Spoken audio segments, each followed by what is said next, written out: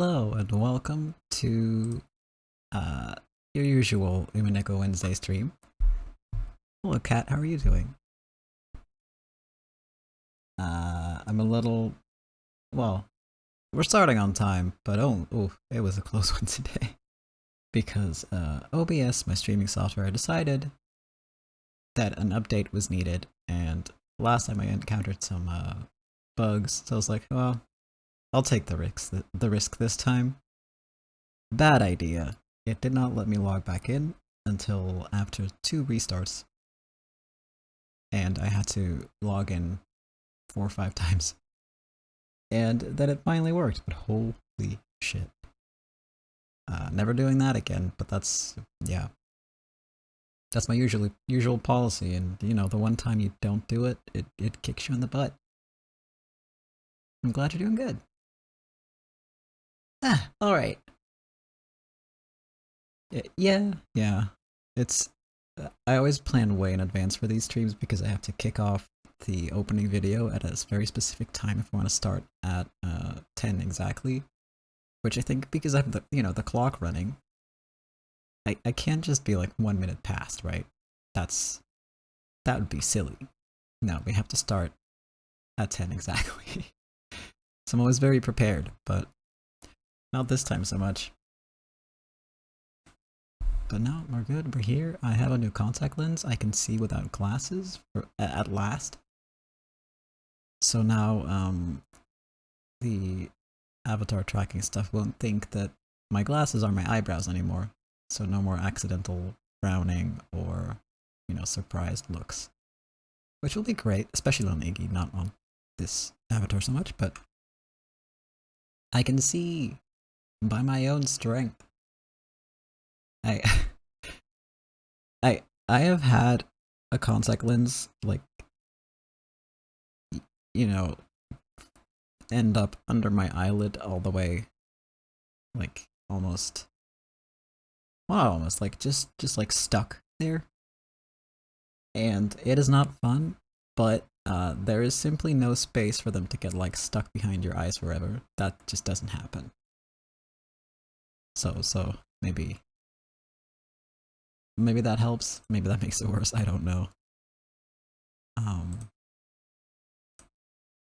I prefer contact lens. Well, a contact lens. Because I don't have the one. You're the one. Maybe you're the one with gappy eyes. Maybe. I guess we'll never know, and that's okay. I prefer them because they give me more field of vision, basically, field of view, than glasses do, because my cylinder is really high, so I can only see in the middle of my glasses. But with contact lenses, I can look all the way around. So it's like I've been stuck in a box for a couple months, and now I'm out. I'm free. It's great. Anyway, we are here today to, well, for me to read you a story, not for me to talk about contact lenses. We'll save that for the Monday streams. Yes, I have escaped the cat box. But yeah, this story requires some content warnings, and not all of these will apply to this specific episode today, but they do apply to the arc as a whole. And those content warnings are character deaths, detailed descriptions of gore and body horror, child abuse, discussion and mentions of incest, though those will be very minor, discussion and mentions of suicide, and misogyny. So, something to keep in mind if you need to step away and take care of yourself. By all means, do that ASAP if necessary, and yeah, take care of yourself. From what I recall, this episode won't be... it'll be a chill episode. But, sometimes these things take me by surprise. So it's good to be, prepared.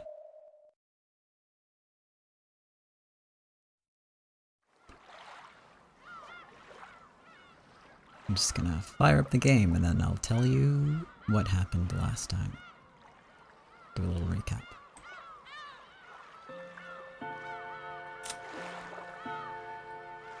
let's see. It was this one.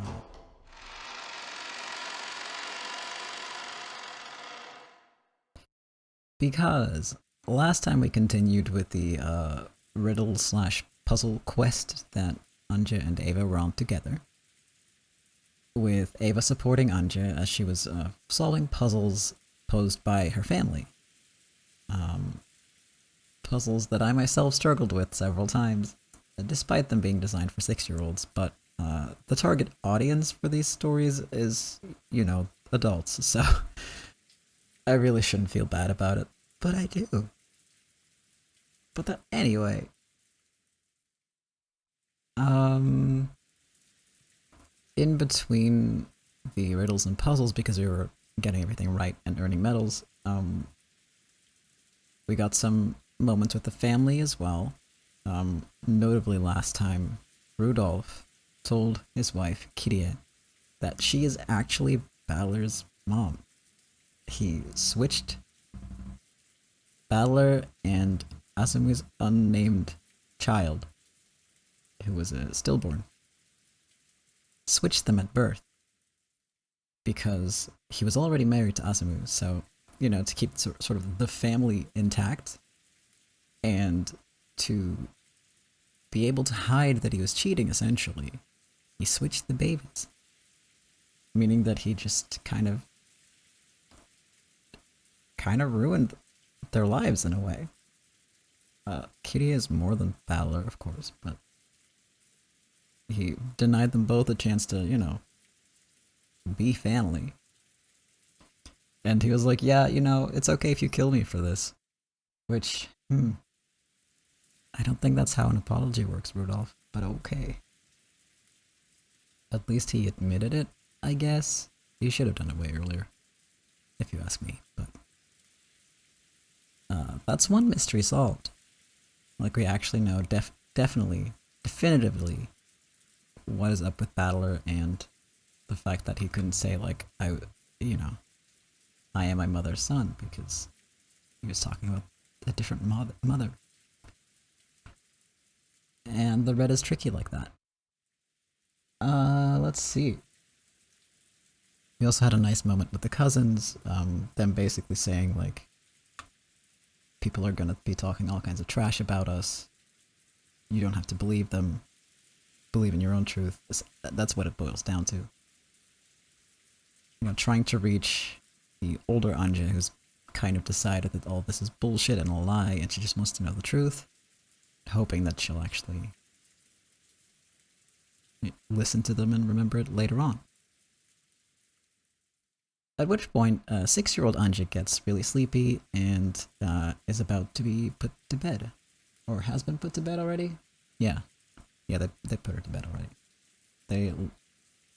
They took her to the parlor to sleep on the couch so that she can return and meet up with the family when she feels like it.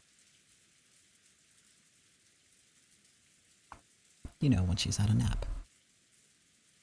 Because again, she's 6. And I think that covers everything. Roughly, yeah. Shannon and Conan decided to do another duel in the form of riddles because something cat box, you know, the usual. And it's very funny to me that we can say at this point that that's like the usual for them. I don't know, it just entertains me. But yeah, the party isn't quite over yet. Even with the guest of honor asleep. After putting Anja to sleep in the parlor, Genji and the others returned. Thanks. Was she sleeping well?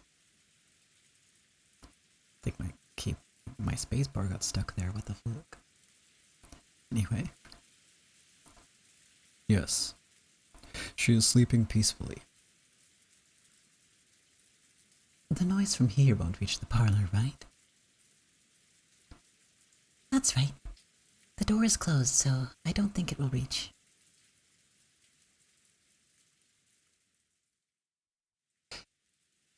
Every time Battler makes this face, I get sad. Every time. Oh no.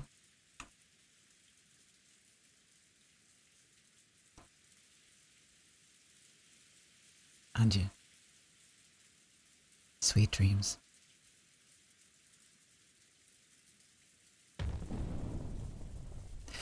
Well then, that's enough solemn farewells. Let us begin the magnificent festivities we have planned for the after party.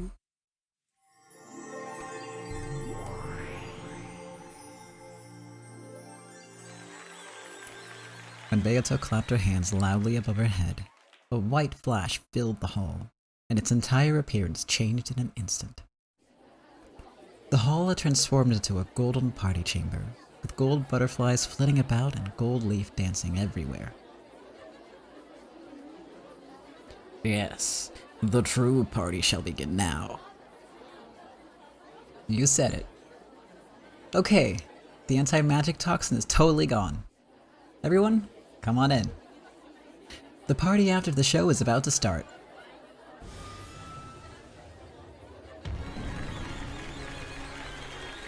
With a burst of applause and cheering, a tornado of gold butterflies rose up in the center of the room. By the time it passed, the number of faces had grown significantly.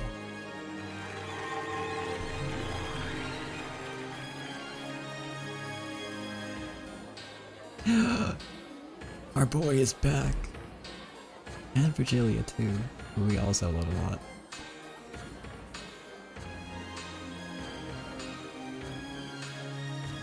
Let the witch of the future find happiness, and let us of the past be rewarded for our efforts, right?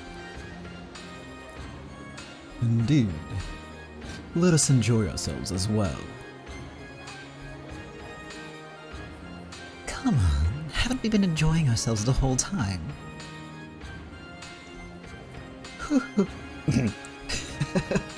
It's been so long I can't do the laugh anymore. Oh no. Hold on, I got this. In this world, the one who enjoys the most is the true winner. Come, let's have the Seven Sisters over here too. The Seven Sisters of Purgatory right here.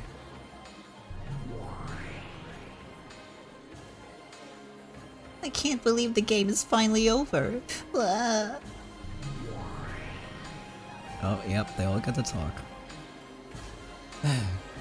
Rest in peace, my throat. What do you think you're doing, crying at the after party? You little crybaby. Lord Battler, Beatrice-sama, thank you for the invitation.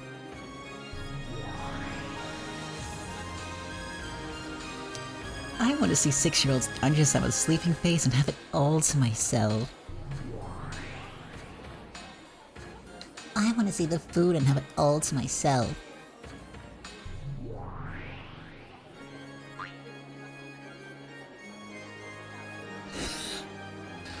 Damn, Mesmer.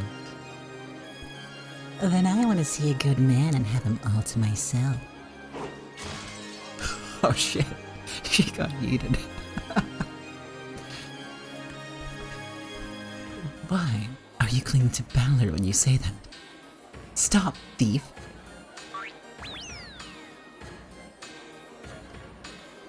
Do you think the Seven Sisters worked at if the Seven Sisters worked at McDonald's, they'd be the Seven Sisters of Burgertory.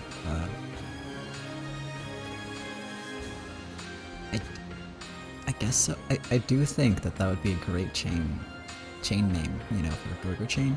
Yeah. You should sell that to someone.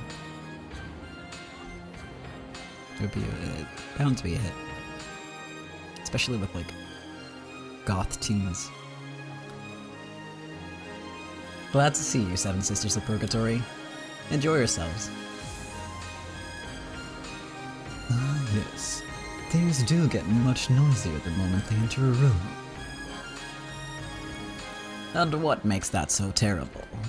In fact, it still isn't nearly noisy enough.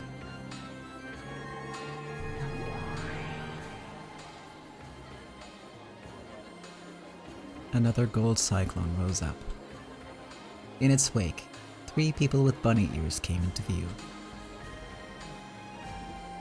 Jester Sisters Imperial Guards are right here.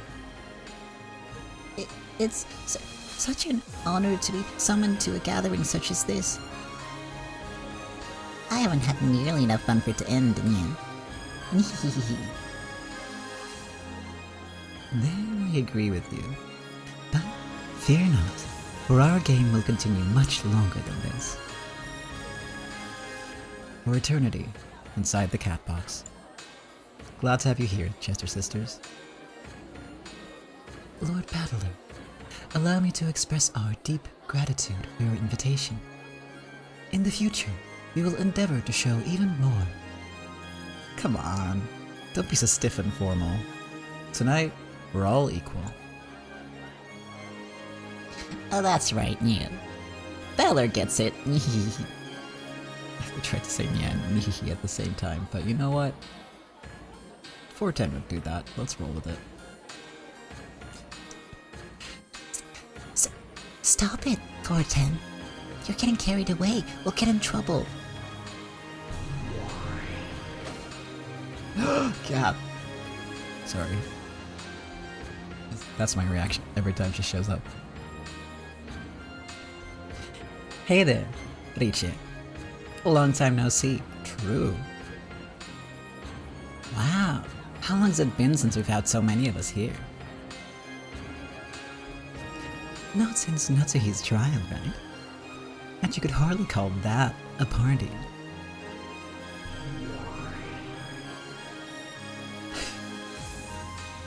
Everyone is here. If you're talking about a party, you'd better not try and leave us out of it. Dang, just how many of them are there? They keep coming like this. There'll be more of them than us humans.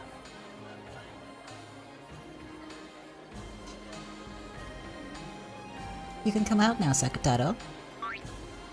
What do you?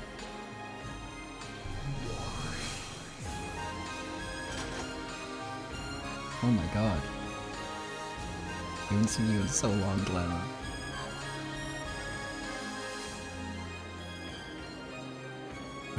I actually missed her a lot. Lord Battler, it was an honor to receive your invitation.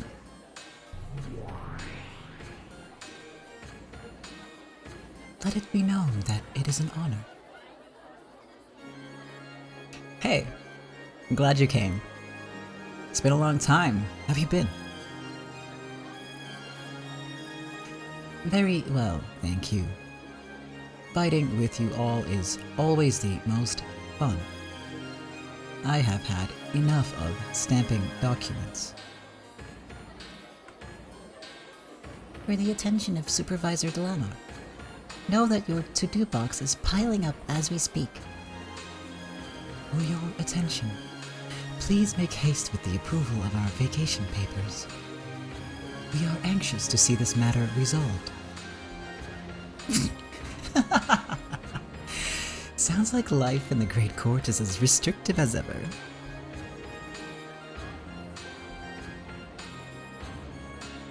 Lord Battler, I fear I must bring you some unfortunate news. What is it? Glenor held out an envelope. It was one of the invitation cards that Battler had sent out for this night's party. The name on the card was Urudo Erika. We did all we could.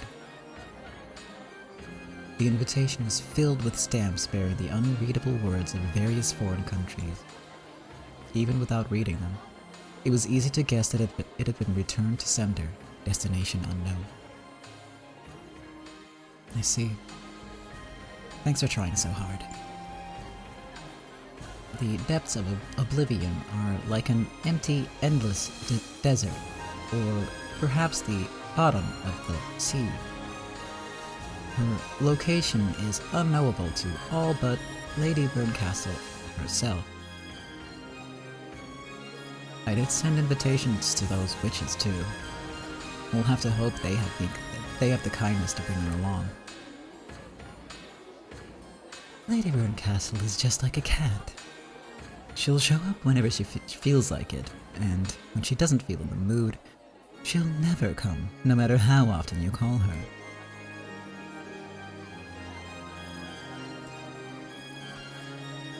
Yeah, it's not quite the same without Erica at this point. Yeah, that kid's totally like a cat. She'll come to get her food, but she won't let you pet her head. Lambda Delta. So, you came. Believe it or not, I'm a busy person, okay? Still, I am Beato's guardian. Wasn't I your guardian too? So, anyway, you know, I've got responsibilities and all that. And I happen to be in the neighborhood, so I stopped by. Hey, you, Goda. I brought a bunch of stuff for everyone. Could you just put these wherever for me?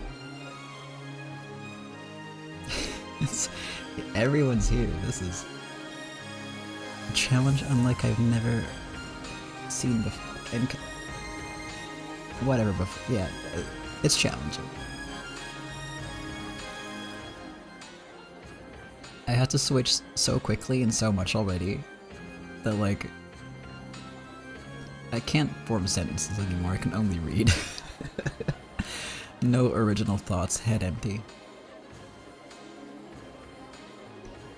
For someone who just dropped by because she was in the neighborhood, she had brought an awful lot of colorfully wrapped bottles and food boxes. Burncastle isn't here yet. You really think she'd come? She's not the kind of kid who would just drop by to say hi at a game she's lost. Probably. After all, she is very proud. I seem to remember her putting us through hell, but she's still one of the players in this game. Might as well have her over to celebrate the final night of the final game. You're right.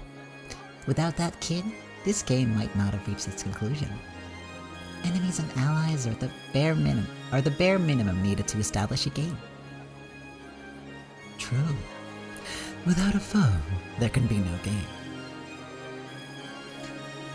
At least I can enjoy defeat just another part of the game. That kid can't.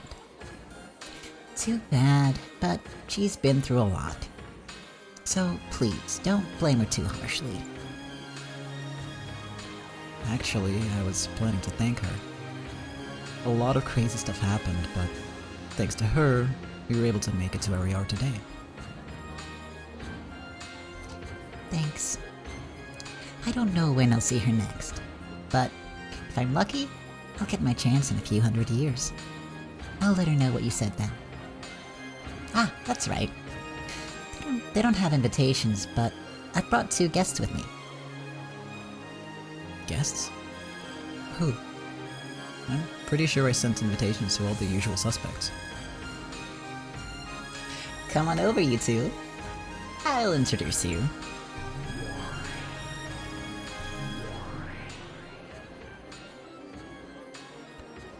When Lambda snapped her fingers, the empty air exploded and 2 figures appeared.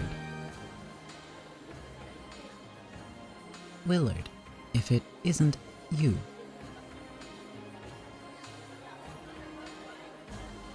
Is he smiling?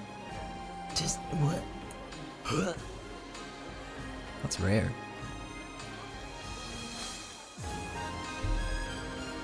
Hey, I see you're as short as ever.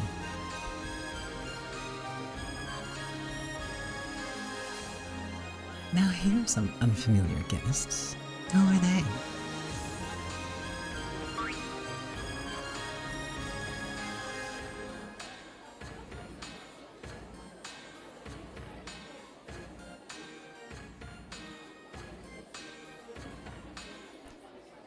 Ow, ow, ow, ow.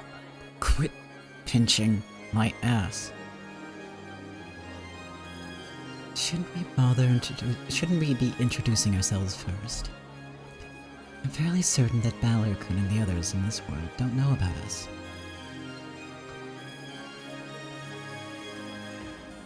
Can't remember if that's Leon's voice or not, but I'm rolling with it. You have the mark of the one-eyed... That one-eyed eagle? No. It's too many voices. You have the mark of the one-winged eagle on your clothes.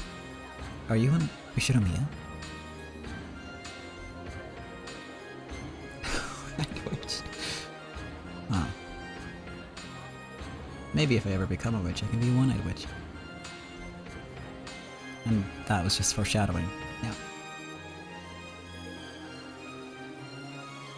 My name is Ushiromiya Leo. In my world, we're cousins. Let me introduce Leon. This is the successor to the Ushiromiya family headship, who only appears in a world of extremely low probability. In that world, Trisica isn't an only child. She's Leon's little sister. There's a surprise. There's really a world like that?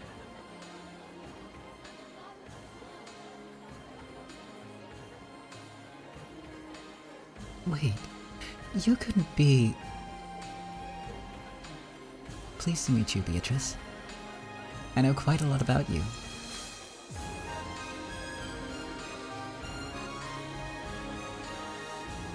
Seeing you smiling happily is the greatest joy I can imagine. I'm more glad than anyone that you've made it to this point. I see. So, it's you. I'm glad you're here. Beato realized who and what Leon was. The two of them stared at each other's faces, as though looking at their own face in a mirror. Willard's the name. I'm just a passing stranger who got caught up in a game you know nothing about. He is an inquisitor of the Great Court, like myself. A truly great one, though he is now retired. I see. If you're Delanor's friend, you can't be anyone bad. Please, make yourself at home. Just where did these two come from? Fern brought them in and made them pieces. When she was done with them and about to crush them, I picked them up. Aoao said she didn't want to be left with a bad aftertaste. Is that okay? If, by chance, Lady Burncastle does drop by here... On this game board, they're my pieces, okay? And I love to see the look on that kid's face if she bumps into them in a place like this. I don't really get it, but you obviously brought them here for some shady reason. That's all for my gifts. And now I'll just kick back and enjoy the party. So, you're the host. Over to you. Come, Lord Battler. If you don't announce it, we can't start. The start of tonight's party at the end of this long, long game. Ladies and gentlemen, your silence, please. Our territory lord, Lord Battler, has a message he wishes to convey to you all. Enough of that. It's embarrassing. Come on. It's a wife's responsibility. I'm not letting anyone else take it. Beato sulked and handed Battler a glass of champagne. In fact, everyone had a glass in their hands now. I was gonna say, even Maria? Maria, you're a kid, so drink some juice instead. Ooh, I want champagne too. Hey, Maria-chan, why don't we drink some juice together? Battler, our drinks are getting warm. Agreed. Begin, Battler. No objections, I see. This way, please, Lord Battler. Ronove motioned towards the center of the room. When Battler stepped forward, everyone silently awaited his words. Glad you could all make it. This marks the end of my long game with Beato. I've invited everyone who has been a part of this game as a piece, a player, or a game master. I hope you'll enjoy this unending night to the fullest. Cheers.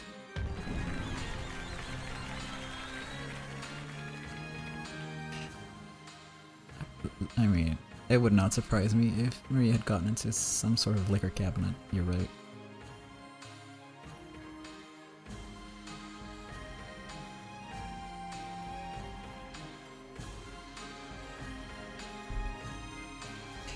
Alright. Cheers!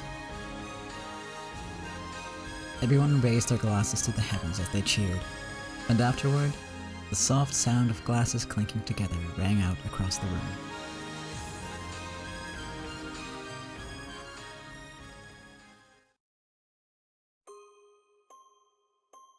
Oh no. That's a sad song. Only I was apart from all the fun noise. Maybe that was what did it.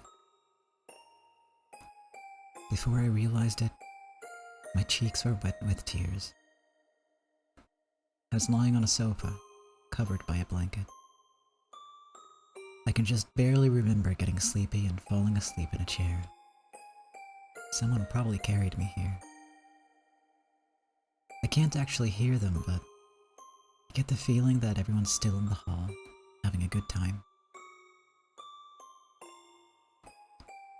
I want to go there too. No. I will go. Over there. It's what I've wanted the whole time, but I've never tried to take the first step. I'll go to where everyone is. My head still feels hazy, so there aren't any complicated thoughts in my mind. But that's okay. It's okay if my head's empty. I'll be together with everyone. I'll go to where they are. That's all that matters. I got up from the sofa and put on my shoes, which had been placed neatly for me to find. Let's go. To where everyone is. The parlor door was shut. I tried to open it, but maybe because of my clumsiness, I couldn't get it open. It was a bit creepy, as though the bad dream I just had was continuing.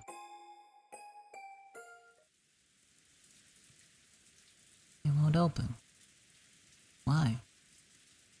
It isn't even locked. This was beginning to irritate me. The knob that locks and unlocks the door is on this side. I should be able to lock or unlock the door by twisting it. I turned it. Click. The door won't open. Did I accidentally lock it just now? I turned it. Click. The door won't open. It didn't open the last time, so it should have opened this time. But it didn't. Now I have no idea which way is unlocked. I kept on alternating between turning the lock and roughly twisting the doorknob. I started to become genuinely annoyed, wondering why they'd locked me away behind such an inconvenient door. Eventually, I ran out of patience and pounded hard on the door, but that noise didn't bring anyone over. Why am I locked up in a place like this, all alone? And everyone else is having a fun party right there in the hall. Let me out of here.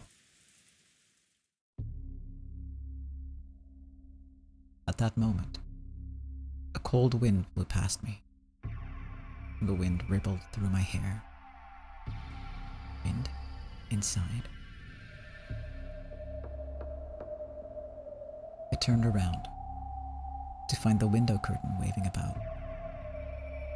There was a high-pitched squeal. At some point, the double window had opened outwards toward the darkness. The icy wind that came through it told me that this window was the only exit from this room.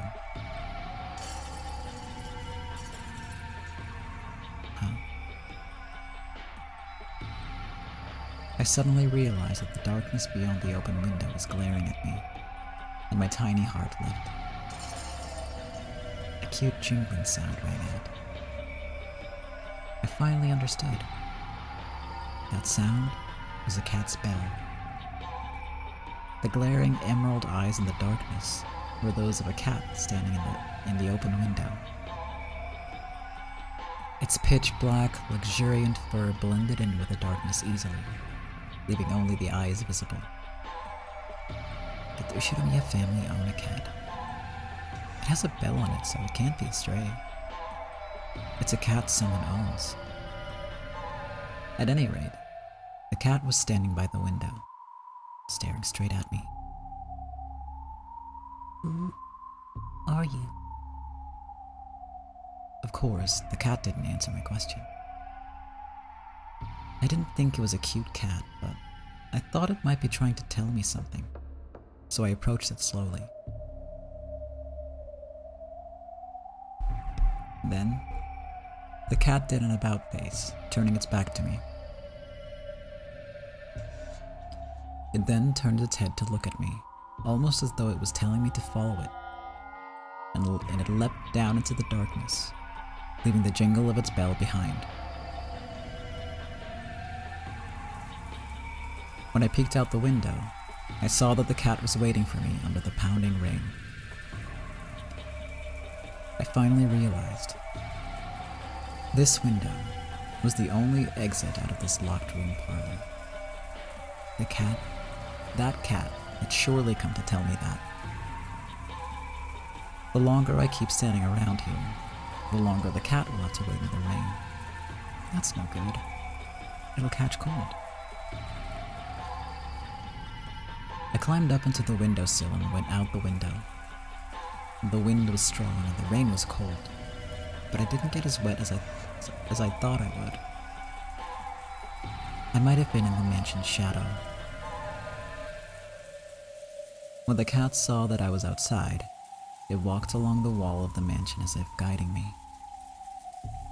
It quickly disappeared into the blackness, but every now and then, it would turn around and set the bell jingling to let me know it was there.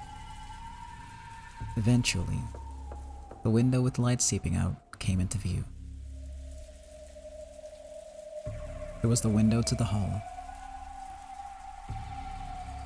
When I peeked inside, I saw everyone having a good time. I couldn't hear their voices, but they were all right there. Open up! Open up! I pounded on the window, but no one heard. Maybe the window was really thick, or maybe it was just noisy inside. Or it might have been so dark outside that even I blended in with the darkness. In any event, no matter how much I hit the window, it didn't look as though anyone noticed. By this point, my loneliness was giving way to anger. Why don't you notice me? Why did you lock me up in that room all alone? I've had enough. I'll just get inside somehow and yell at everyone. When the cat realized that I had given up knocking on the window, it led me onwards with another jingle. But just where is this cat going? I know it's following the wall of the mansion, but that's not the way to the front door. The front door might be locked. I'm sure the cat knows a place that I can get into the mansion from, and is leading me there, away from the light seeping from the hall, and toward the blackness lit only dimly by the lights in the garden. The cat and I continued to walk. Then, I found it. An open window. The cat stood below it and looked between me and the window, as though telling me to go inside. Thanks, kitty cat. I want to give you some milk to thank you. Won't you come with me? When I walked closer to pick the cat up, it slipped away from my hands and flew into the bushes in a nearby flower bed. Then, as though it really had melted away into the darkness inside the bush, all traces of it vanished. No matter how much I strained my ears, I couldn't hear the sound of that bell.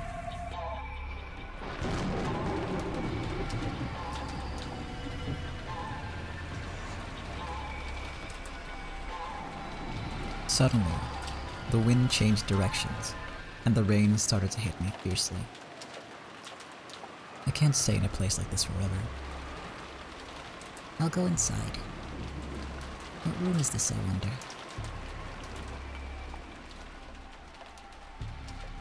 I climbed up onto the windowsill and entered the room. Then, the window silently shut and locked itself. Good. That saves me the trouble of doing it myself. The room was completely dark. However, as my eyes got used to the darkness, I was able to make out a few things. It was a large room. There was a long table and many chairs. It was the dining hall. Perhaps because I realized this and was relieved, I was suddenly unable to see again. I reached blindly along the wall for the light switch. Then, finally, I felt a familiar shape. Wouldn't it be annoying if I pushed this and the light didn't come on? Click. In fact, it was nearly the opposite, and an annoyingly bright light filled the dining hall and made my eyes hurt. I slowly opened my tightly shut eyes. And then, I saw the state the room was in. The dining hall was covered with blood, and there were people, many people, lying on the floor. Then, I realized that 2 of them were my own parents.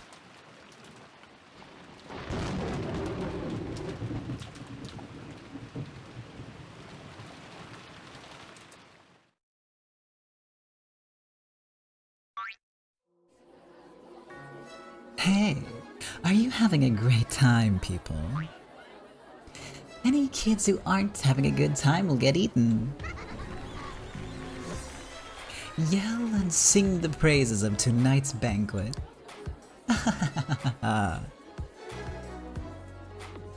hall was alive with a mingling of humans and residents of magical fantasy. At first, everyone stayed with their own groups, too nervous to mingle. However, as time passed, people started to move around, and both halves began to chat happily together. Anyway, they never listen, do they? Leadership's important. You've gotta lead by example if you want anyone to follow you. Maybe some subordinates are like that, but I've never had any success with ordinary methods. Holy shit, Rosa. Rosa's scary. Like, honestly, Rosa scares me the most out of all the adults.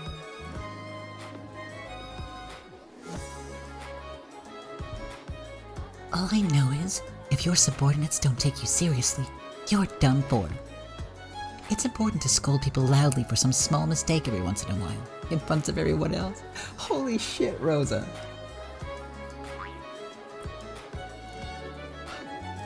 Exactly, thank you.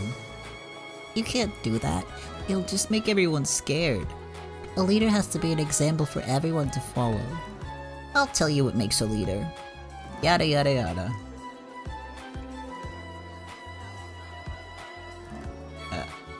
That's what it said, yada yada. She'd sew the door closed until you finished your work, she would. She would, and then she would like, once you finally got let out, she would yell at you for something minor just to sort of gaslight everyone. Oh my god.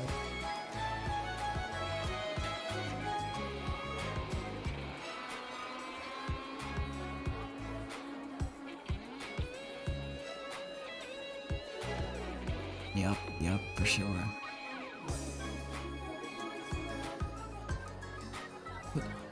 What is this? Vegetalion? Like vegetarian lion, right? Yeah. Yeah, okay, I got it. The Vegetalion expounded his views on leadership to the attentive ears of those around him. Everyone was now pleasantly drunk and unusually animated in conversation. Kitty, why do you get stronger the more jealous you are? Don't make it sound so bad. If I want something, I won't let it slip away. I always put that theory into practice. Nothing more to it. Thanks for waiting, everyone.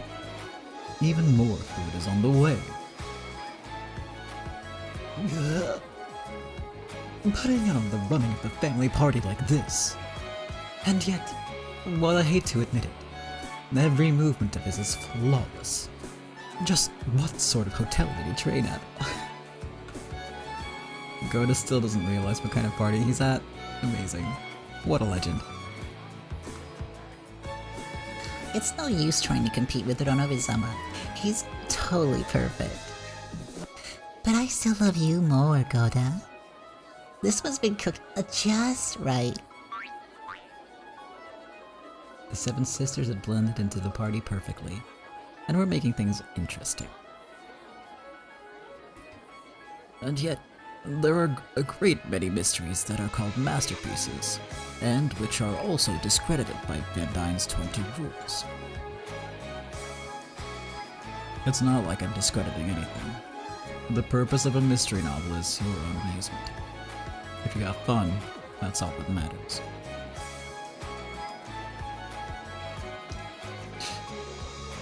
Know that even the great wizard hunting rite has gone quite solid.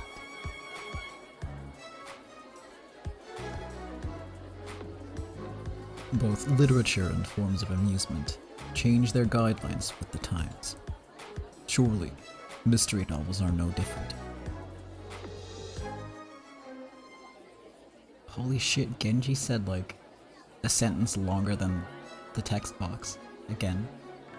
That's only happened like thrice ever. Ugh. At last, at the end, he gets a couple words in. Great. After Will explained his stance on mystery novels, everyone had a comment to make. The conversation showed no signs of running dry. Yes, that is a fitting attitude for a beginner. However, at that rate, you'll never become a key player in your organization.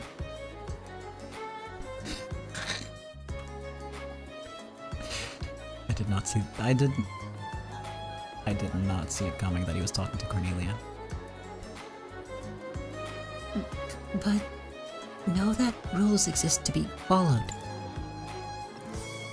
Just let the new beginners do that. Don't forget that rules are more like instructional guidelines for the new guys to learn from. You said it. You can't really call yourself qualified until you learn how to move outside the rules. You still got a long way to go if you're letting the rules hold you back.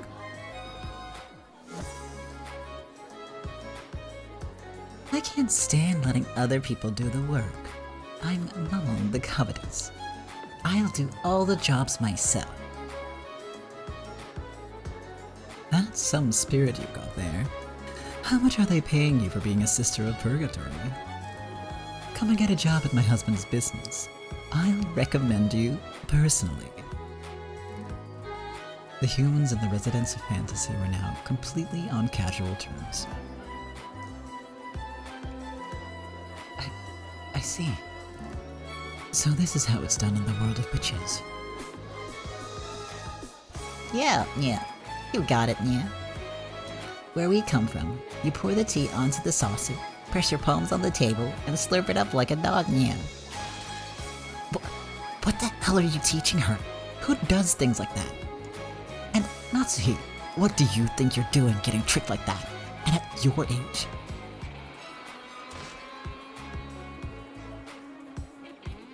Satan, how can you be so rude to Natsuhi-san? Huh? Why are you crying, Satan? Did I scold you too hard?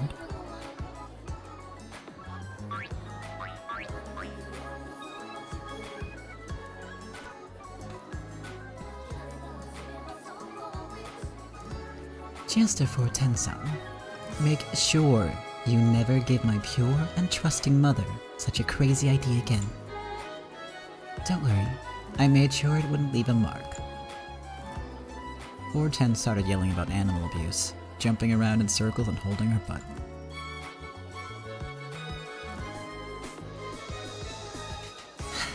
I wonder if there's a prince out there for me.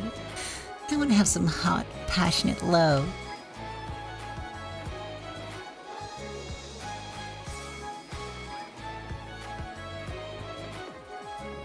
Asmodeus, please.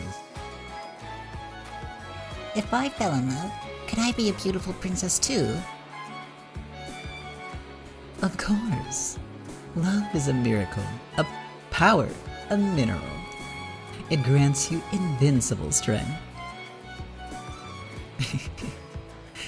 The person who once claimed love equals lust seems to be saying something.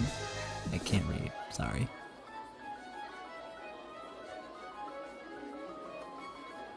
Indeed.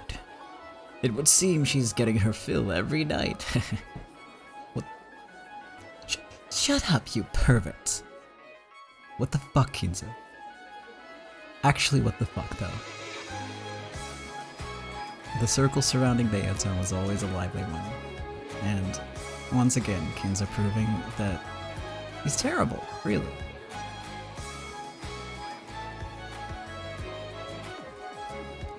That does sound like the kind of inappropriate thing you would say.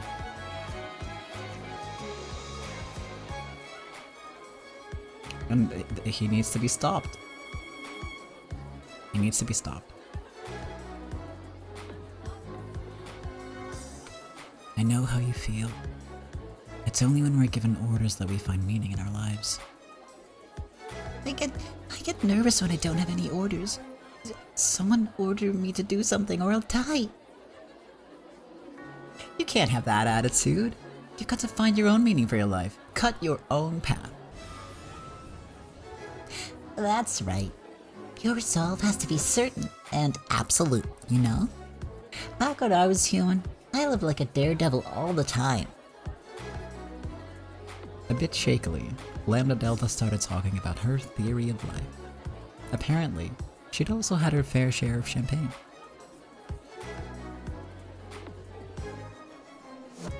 What a bizarre scene. It is, isn't it? Delano-sama, would you like some more to drink? Something non-alcoholic.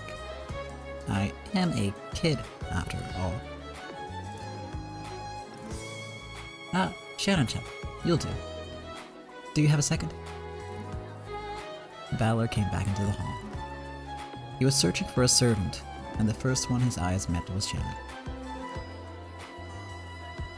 Of course, Valor-sama. Do you need something? Sorry, but would you mind lending me the key to the parlor? The parlor? The master keys can open that, but why? Well, I was just wondering if Anji was asleep, so I went over there. The door was locked.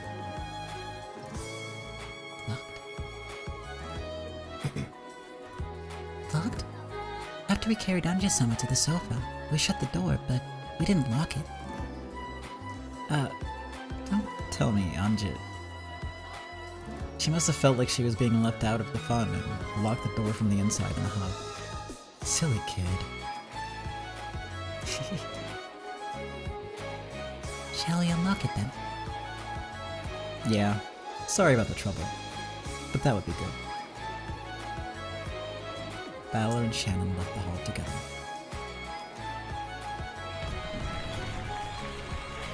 In the hall, Lambda Delta started suggesting that they all have another quiz tournament together. Apparently, the Witch of Certainty would be handing out prizes. Everyone seemed enthusiastic about the idea.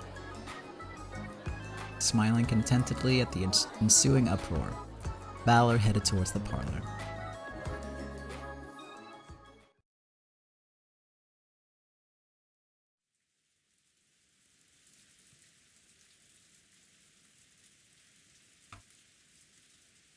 It really is locked. Shall I open it? I didn't knock on the door in case she was asleep, but if she locked it, that proves she was awake.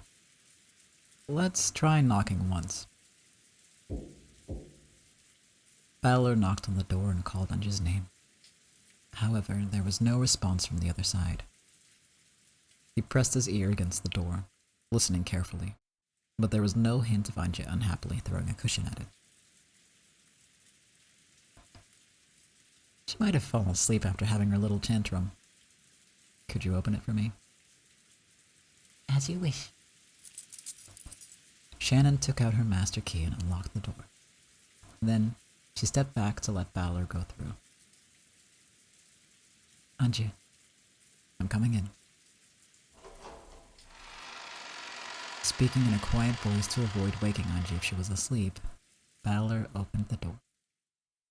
Then, just as the door was opened, a chilly breeze drifted by. The breeze, which felt like outside air, immediately caught the attention of the pair. They looked at each other. It could be seen at a glance that Anja wasn't in the parlor. The curtains to the wide-open window fluttered about. Anja? Anja? A blanket lay crumpled up on the sofa. It sat there just as Anja had left it after waking up. The blanket was slightly warm. Clearly, she had been here until a short while ago. Anja-sama, are you there? She obviously wasn't playing hide and seek. Anja was nowhere to be seen in the parlor. Balor peered out the open window into the rainy blackness. So, she slipped out the window in this rain and went. Where? Do you think Anja-sama might have gone out the window? That'd make her one hell of a sleepwalker. Since she didn't leave via the main entrance, she probably doesn't even have an umbrella. It was very hard to imagine any reason Anja could have for going outside in this weather. I have a bad feeling about this. This shouldn't be happening. I'm the game master of this game board. So why are we in a situation that the game master can't understand? A large bolt of lightning lit up my surroundings for an instant, but I was unable to see any trace of Anja.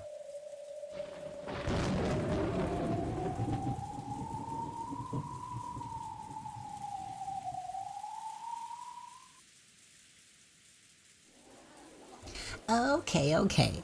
Now it's my turn to think of a question. Okay, so you have a third of a whole cake, a quarter of a cake, and a fifth of a cake all on a plate. It takes 30 minutes to eat one whole cake, so how much time is left on the plate when you've finished eating? That moment, there was a roar of thunder and the lights flickered. The cheery voices vanished in an instant, like candles being blown out.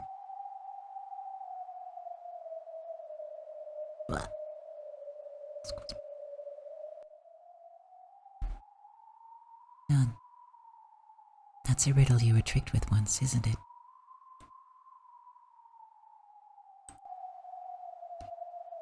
Amidst the silence, one voice rang out and answered Lambda's riddle.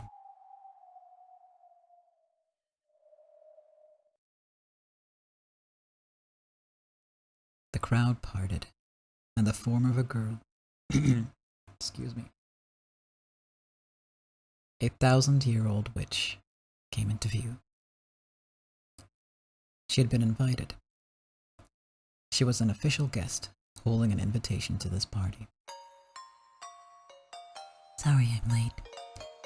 I was just so caught up at working out some festivities to liven up the party. As Berncastle spoke, she looked around at everyone.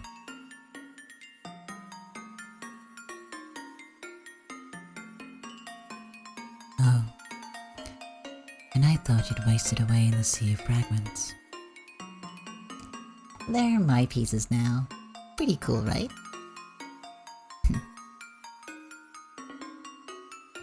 She stared at Leon and Will with an unnerving smile on her face, but she apparently lost interest quickly.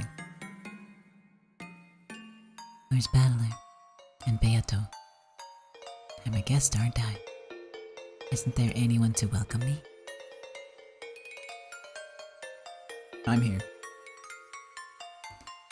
We did invite you, but I didn't expect you to actually come. I see. So this must be a miracle. Now there's an interesting thing to say. Why has everyone gotten so quiet? This is a party, right? Go ahead and be noisy just for the hell of it. Or is welcoming me with silence supposed to be some kind of joke? Now it's your turn. My turn for what? You asked where I was, so I told you. Now it's your turn.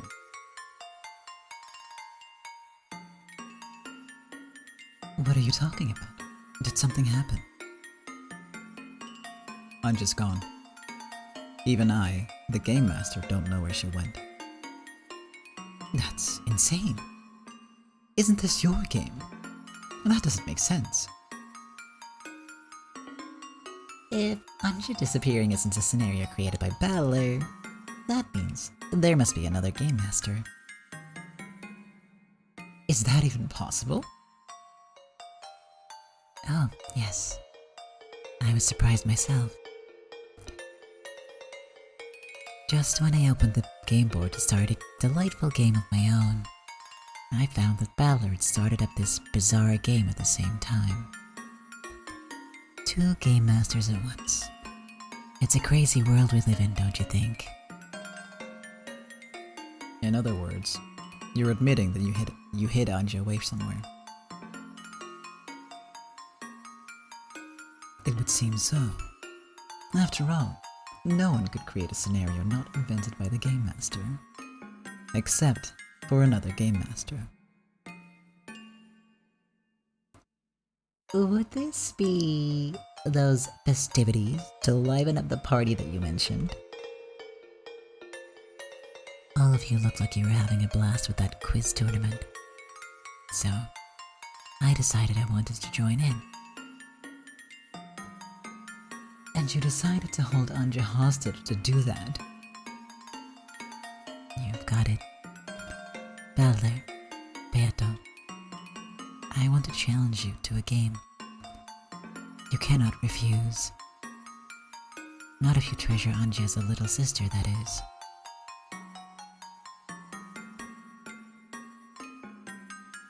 What do you want?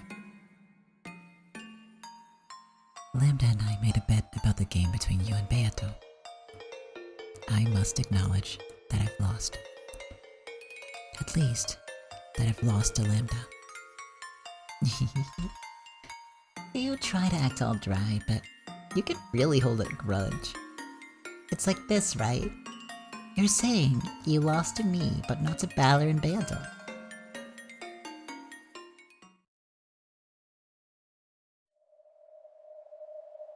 It seemed as though Berncastle might smile. However, she didn't. Those cold eyes spoke without words. Battler understood. He had played so many games against Beato. those games had been a wordless message from Beato. So he knew. He understood.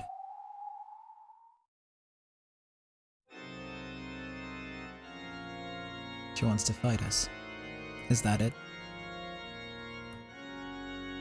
She will be a fearsome opponent. But we can't back out. I know that. We mustn't let Anji become Lady Burncastle's plaything. Beato understood as well. She understood Burncastle's desire for one final battle. I never thought I'd see you up front asking for a fair fight. Go on. Laugh. What? Thanks. Lambda Delta understood as well.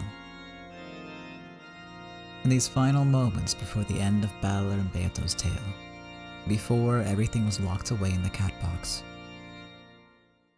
Burncastle had finally moved from the audience to the stage. The witch who had hidden in the wings, unwilling to come out into the light, had shown the courage to step out onto the stage. As a friend, Lambda Delta showed that she understood Burncastle's human emotions, which had given her this courage. Is there anything I can do? Please act as an observer for my game. Sure. If you can promise you'll release Anji if we take part in your game. Of course. Without such a promise, we are not obligated to go along with your farce. You might not be obligated, but that won't change the fact that Anji's not coming back. In that case, you can enjoy being branded as a loser for the next few centuries. Beato, don't provoke her. This isn't a fight we can back down from. Yes. From the moment the hostage was taken, their ability to negotiate had disappeared. However, Lambda Delta was making Burncastle promise to release Anji, in exchange for her agreeing to become an observer. Without that promise, Burncastle would have nothing to lose. To make this final fight Burn wanted a proper one, Lambda Delta made her agree to that promise. Of course, Lambda. I promise. When the game ends, I will release Anji. Don't make a fool of me, okay? When I get shamed, I never let go of the one who did it until they regret it. Lambda Delta spoke in a soft, threatening tone. However, Burncastle laughed lightly as though she found the look on Lambda Delta's face adorable. I swear it. I swear it on our friendship. Phew. Lambda Delta whistled and grinned. Apparently, this was the most reliable oath Burncastle could utter. Okay. Lambda Delta nodded, looked between Battler and Burncastle, and spoke. By the name of Lambda Delta, which of a certainty, I accept the role of observer for your fight. Battler, Beato, you have no objections, right? After Battler and Beato nodded at each other, they nodded at Lambda Delta to show their determination. I'm so glad. We finally get to fight each other. I had a feeling I'd end up fighting you sooner or later. Since when? I'm not sure. It might have been before I even learned your name. Battler vaguely remembered her speaking to him, somewhere in an unconscious world he couldn't remember. At the time, it had sounded like she was giving him advice for his fight with Beato. But thinking back on it, it was a little different. She might have been a cat fighting from the sidelines, too scared to go out into the bright sunlight. So, I had a vague premonition that, eventually, we would stand opposed to each other on the game board in some way.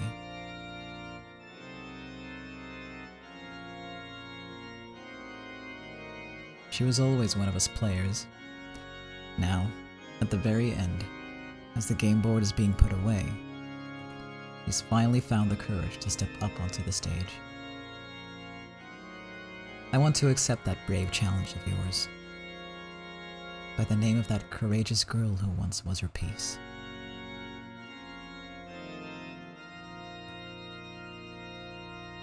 I forced Erica to fight a duel. I wanted to win, and, even more strongly, I didn't want to lose.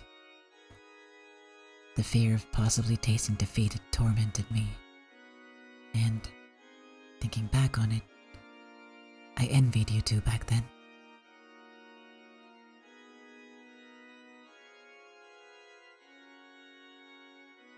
Erica was a great piece of yours, and my rival. I won't forgive you for refusing to witness her last stand and laying her to rest in the depths of oblivion. Just what do you want me to do? Apologize to her? Rescue her from the depths of oblivion, and invite her to this party.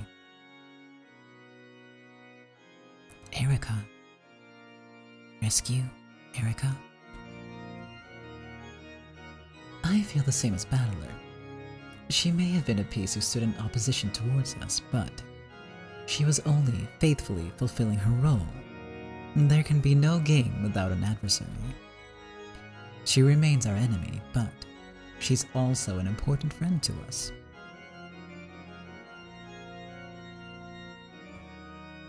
Even though she made you suffer so much? We fought a fair fight. The outcome may have changed our fates, but now that we've dueled each other, we'll always be friends.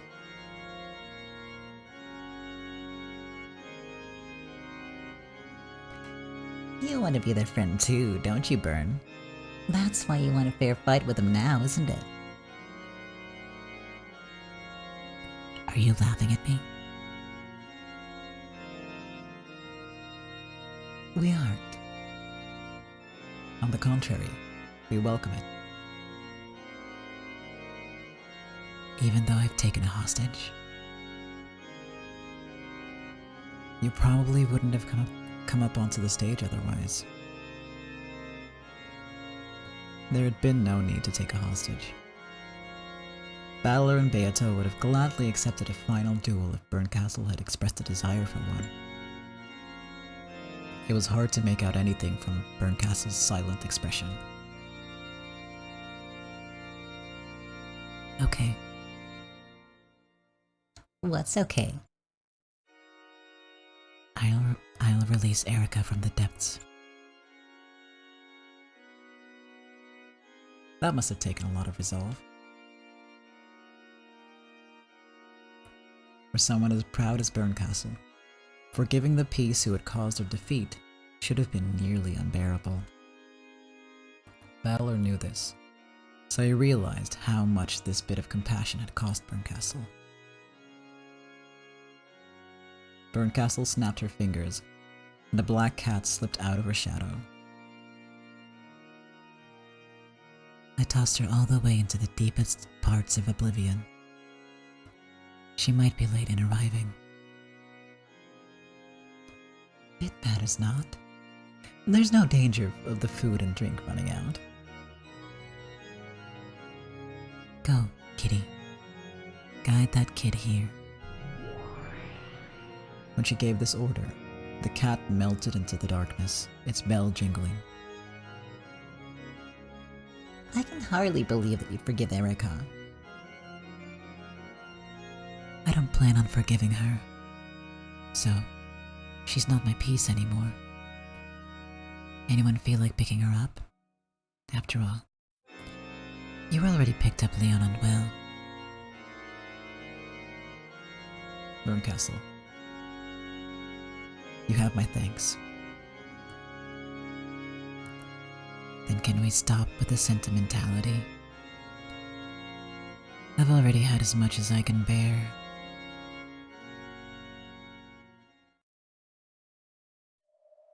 Sure.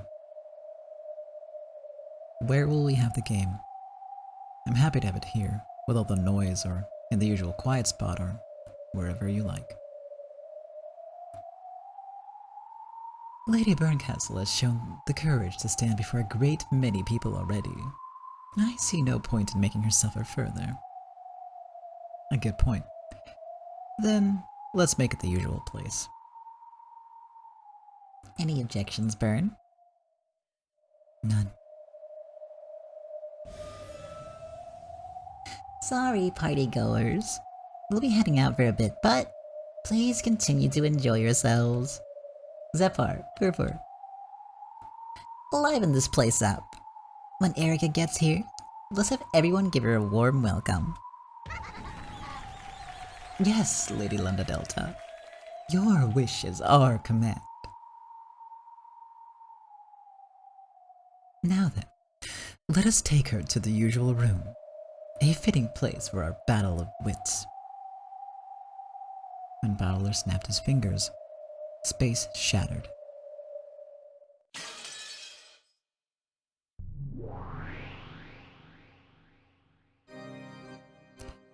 They were now in the place where witches had once exhaustively debated, schemed, and reasoned. The witches' smoking room. Berncastle had been invited there once again, and the final game would now begin. Do you have a game prepared? Of course. I worked hard on this game and I'm pretty proud of it. So, Bern will be the game master, and Balor and Beata will be the players. The usual game, where Bern creates a murder tale, and the two players have to reconstruct it with human tricks. I'm interested to see what sort of scenario Lady Berncastle develops. We'll explain things with the blue truth, and you'll knock those down with the red truth. Are we alright with those rules? My game will be a simpler one. It's just a quiz of guessing the culprit. I don't feel like trading red and blue with you. Oh? What kind of game will that be? Would you mind letting me have a look at it first? Berncastle held her palm upwards, and a fragment glowing pale blue appeared there. Lambda Delta held a hand over it and shut her eyes.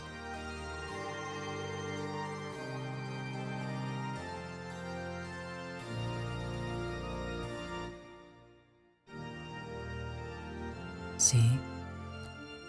It's a simple game, isn't it? You're right. It's much more straightforward than the mind games these two played in the past. This isn't even a game about witches and humans anymore. That's right. This is a human game. And this is surprising. To take on the fantasy that is Banto, you've created a genuine mystery. Please explain. It's extremely simple. You'll watch the tale Bern has prepared for you. There are several rules to it, but if you follow them as you read it through, it'll lead you to a single truth. In other words, an answer. So, it's an ordinary mystery novel? I see. In that case, there's no need for combat between red and blue truth. In Beato's games, the argument was about whether it was a mystery or not. However, Berncastle's game was a mystery. There was no need to argue that from the start. I've even cut out the motive and the tricks. There's only one question I'm asking you. Who done it? What a simple yet fitting game to conclude our fight. Yeah. No cheap tricks. Just a stoically simple game. This is a genuine duel. As the observer, I'll say this. This game is made to be solvable. In other words, I guarantee that it's a suitable setting for your duel. Learn, I know I keep on saying this, but are you really sure? Valor and Beato's relationship started because they both loved mystery. I agree it's a pretty tricky scenario, but I'm not sure it'll be enough to stop these two. If my best tale can't stop them, then what comes will come. The important thing is that Lady Berncastle put everything she had into this game. You're right. Will that be enough to stump us? That's all this simple game is about. Thanks, Lambda. Thanks to you, we know that this duel will be a fair fight. You're welcome. I'm happy to. It's very rare for Byrne to bring a fight herself. And I'm honored to be here to see it. I'm also honored to have you as an opponent. Same here. I underestimated you. And I did it without even stepping into the battlefield. Just thinking about it makes me want to vomit. So let me fight. Show us what you've got. If I win, I'll be able to look down on you for real this time. And if I lose, I'll surely be reminded of that emotion I know I've forgotten. Indeed. Berncastle, whether you win or lose, I'll promise you one thing. What's that? When this duel is over, we'll be friends. Enough of that, please. The sentimentality is killing me.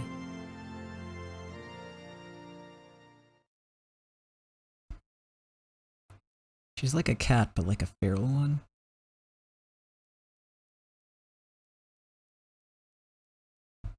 Like one that just, you know, just lives outdoors basically. No owner.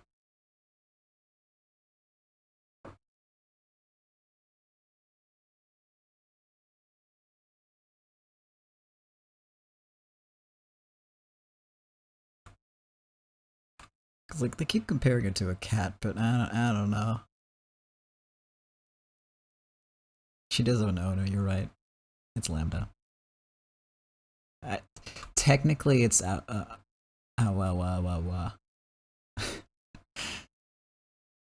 you know, in my heart, it's Lambda. Even though they're absolutely terrible for each other.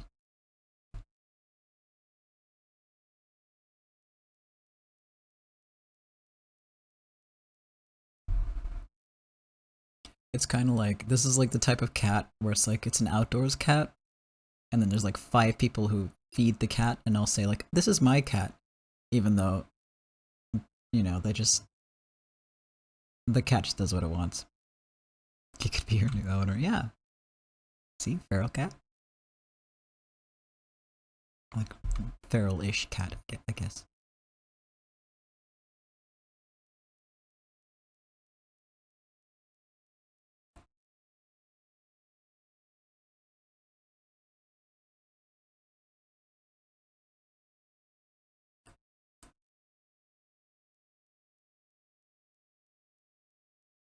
I, I mean, she did enter through a window, so she's already close to not fitting through the cat flap anymore because she's being fed by too many people.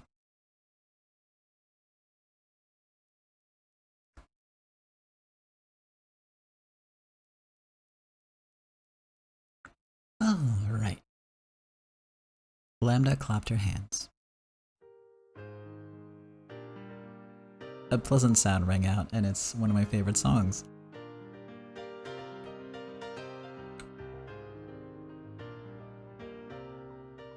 Will you be the reader, Byrne?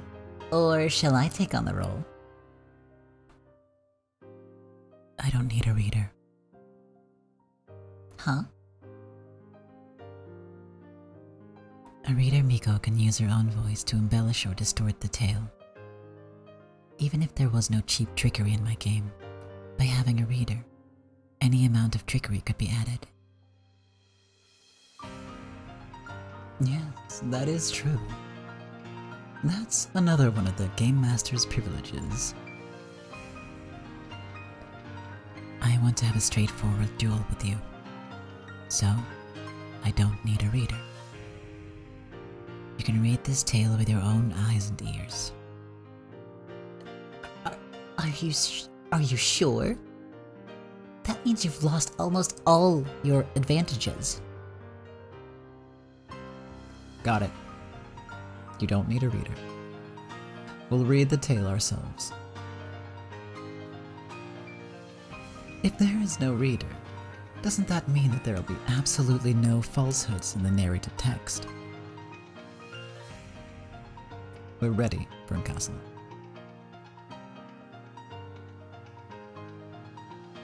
A showdown over a genuine mystery, without any cheap tricks.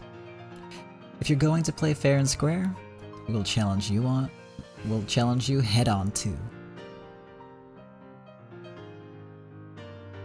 Thank you. And I don't plan on losing either.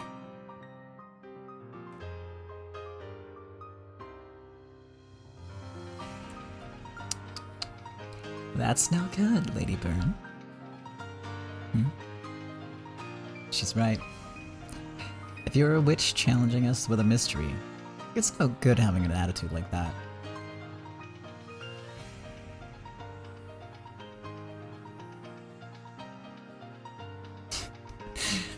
So in this translation, right, we've encountered this a couple times. They changed Balor's "it's all useless" for "it's no good," and I didn't pick up on it until now. But I think what they're saying is like, it's useless, it's all useless. Basically, they're riffing on that. But I didn't realize until it was too late.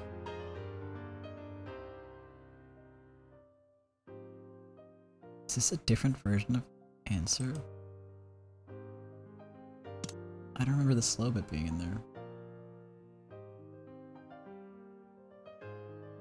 Am I just... Anyway. That's a mystery I'll solve on my own time. I probably just forgot.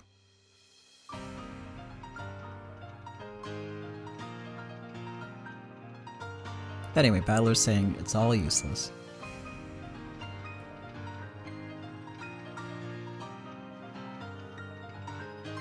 Burncastle, realizing what Balor and Beato were asking for, snorted. Lambda Delta nodded at her, telling her to enjoy this final duel to the fullest.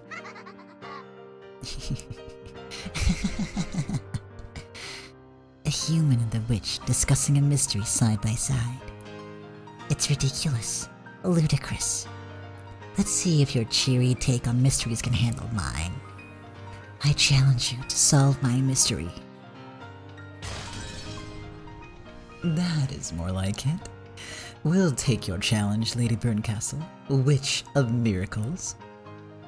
Alright, time to start. I, Game Master Ushiromiya Balor, and Beatrice, the Endless Witch, will be your opponents. They'll start crying when we wipe the floor with you. Take this. Behold, a mystery from Burncastle.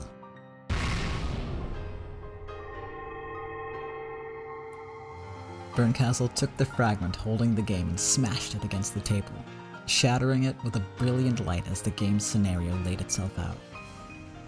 The curtain rose on the mystery Burncastle had created.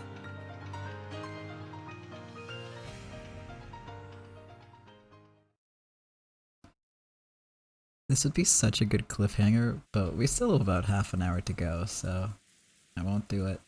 I won't do it.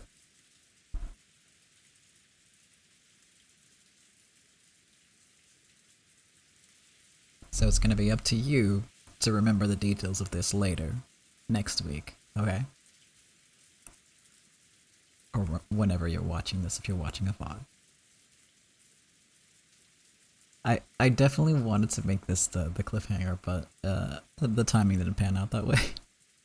I really thought that the initial bit would be a lot longer, actually. But just blazed through it, so here we are. No sound but that of the falling rain filled the room. It covered the tragic scene in the bloody dining hall. Oh no, Anja's there. At some point, Anja had fainted and fallen to the floor. Now, her consciousness was slowly returning, forcing her to remember what had happened in this room. So, she reflexively averted her gaze even before the memory overtook her. 6 bodies lay in the blood-stained dining hall. Strangely enough, as her consciousness returned bit by bit, the terrifying scene before her seemed somehow less intense. So this time, Anja was able to look at the 6 corpses well enough to make out who they were. First, there were her own parents. They were a pitiful sight, colored bright red by a bloody makeup. Next to them, that's Uncle Hideyoshi and Aunt Ava. And Aunt Ava. Both Uncle Hideyoshi, the uncle who always said something funny and made me laugh, and Aunt Ava, the aunt who seemed to be so fond of me, are lying there dead. Genji-san, the servant, is lying over there. And the one lying right here is Aunt Rosa. 6 people. A full 6 people had their lives taken from them and are lying in this room.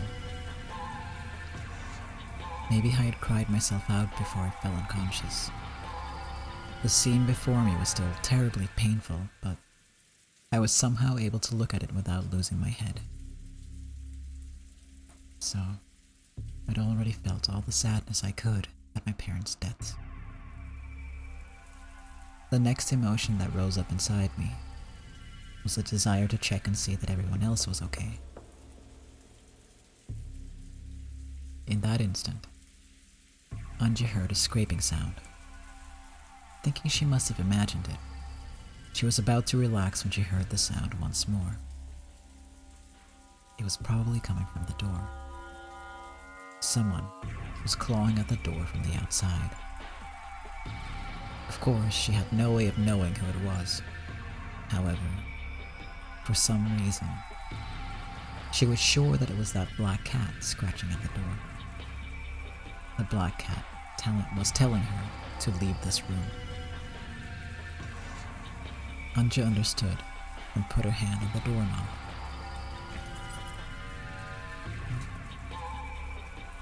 I immediately noticed something odd. The door was locked. The same feeling I'd felt after being locked in the parlor crawled up my spine.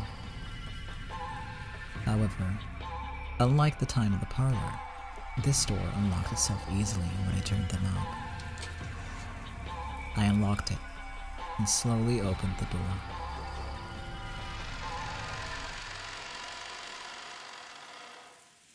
Beyond the door, I could see the dimly lit hallway and a cat dashing down it away from me. Then, it stopped, its emerald eyes glittering in the darkness, as though it was waiting for me to follow.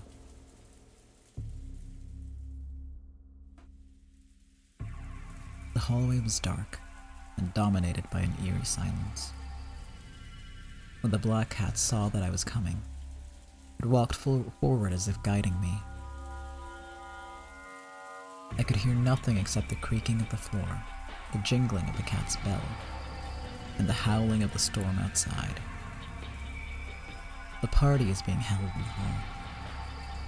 I should be able to hear at least a little of the noise from this hallway.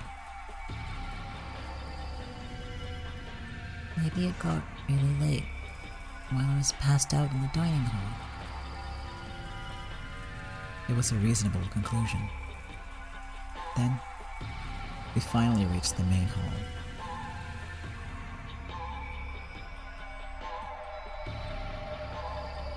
The hall was frigid, and no trace of that party atmosphere remained.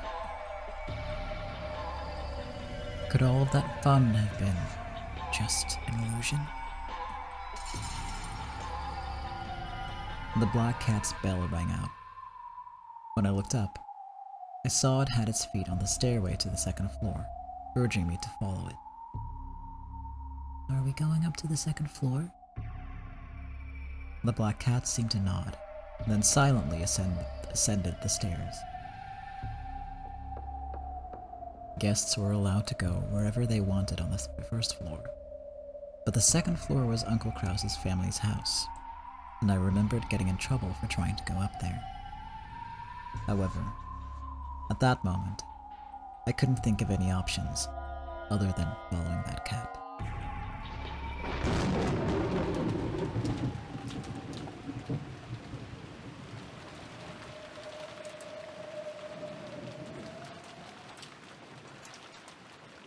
I walked along the dark hallway with the black cat. Eventually, we reached one of the doors. The black cat scratched at the door, then turned to look at me. It must have been telling me to open it. Okay. I'll open it for you. I put my hand on the doorknob and felt the resistance of a lock again. This door is locked. I turned around to tell the cat this, but inexplicably, a single key lay right in front of the cat. Anja picked it up and stuck it in the keyhole. It was then that she finally noticed a strange sensation on her fingertips. Blood. Somehow, Anja's fingertips were stained red with blood. She let out a short cry and dropped the key that she had just removed from the keyhole. She finally realized. In the darkness, she hadn't noticed before. The black cat's key was covered with blood. The emotions that had gone numb in Anja sprang back. A terrified scream rang out through the dark hallway. Even so, Anja would eventually open that door. That door led to Natsuhi's room. Natsuhi's room was a terrible mess. Blankets and sheets were torn. Cosmetics and books lay all over the place as though a typhoon had just ripped through it. And there were the corpses. Krause and Natsuhi's corpses lay sprawled on the floor. Very shortly, Anja will step into this room. She will then scream in terror once more. And it isn't just the dining hall in Natsuhi's room. In the stormy rose garden, Shannon's corpse lies exposed to the rain.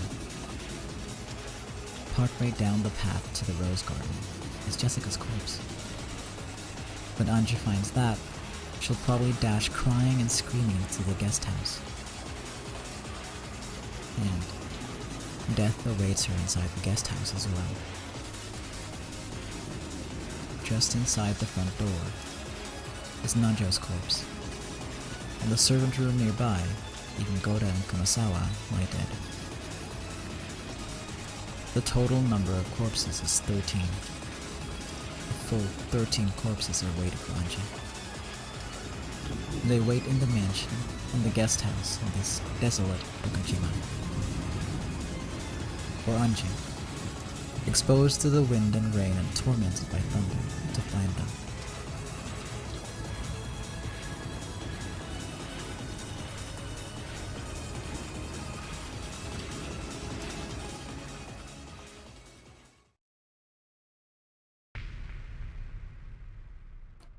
first Twilight.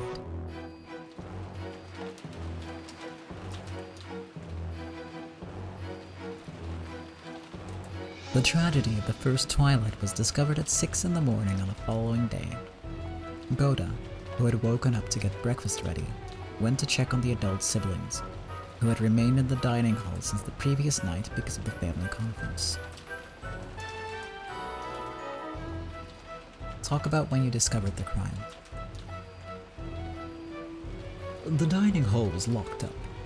Of course, there was a lock on the doors to the dining hall, but they usually remained unlocked. I knocked, but there was no answer. That's when I arrived. I recommended that he try unlocking the door, just in case. When I unlocked the door with a master key, a terrifying sight awaited me inside.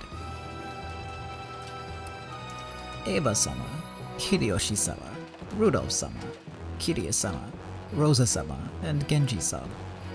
6 people in all were lying there, covered in blood. A great tumult followed. Everyone gathered into the dining hall. I don't want to remember it. The sight of all the sobbing children crouched over the corpses of their own parents. There was a chance they might have been alive still. Everyone was shaking them desperately. But it was no use. The death of each parent was confirmed by their own child. Dr. Nanjo and I confirmed that Genji-sama was dead. It was such a terrible way to be killed. Doctor or not, no one is examining a body will reach the wrong conclusion.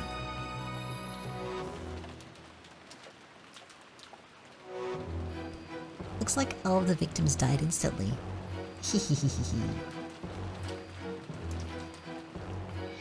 After inspecting the interior of the dining hall, we determined that all of the doors and windows had been locked, making it a locked room. And nothing suspicious was found inside the dining hall. Of course, there was no one hiding in the dining hall either. Naturally. All of us are here right now. It's clear that no one is hiding. But Dad, if that's true, it doesn't make sense. 6 people were killed and the dining hall's a locked room. How could someone have killed them and escaped? I'd rather not think of it. But perhaps the servants with their master keys are the most suspicious. They killed the 6, then left and locked the door with their master keys. It is a logical theory. That's absurd. Since there was no chance of the culprit hiding inside the dining hall, it made sense to assume that the culprit had locked the door after committing the murder and exiting the room. It was only natural that the servants, with their master keys, would fall under suspicion. And, sadly enough, none of the servants had an alibi. Then again, it wasn't only the servants. Everyone else lacked an alibi as well.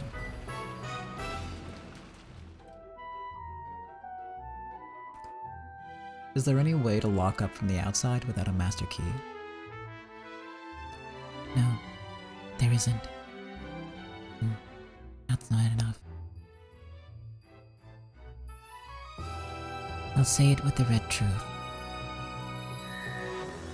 All doors can only be locked or unlocked with a master key. Of course, it is possible to lock or unlock the doors from inside the room even without a master key. There you have it. Any other questions? Shouldn't there be keys to each individual room in addition to the master keys? Normally those would exist. However, they'd make the game more complicated, so I've eliminated them. Red truth. In this game, we'll consider master keys to be the only keys that exist. In other words, all of the locks that appear in this game can only be locked or unlocked by master keys. That's how it is. It really is a simple game. In that case, we should now check the number of master keys and who holds them.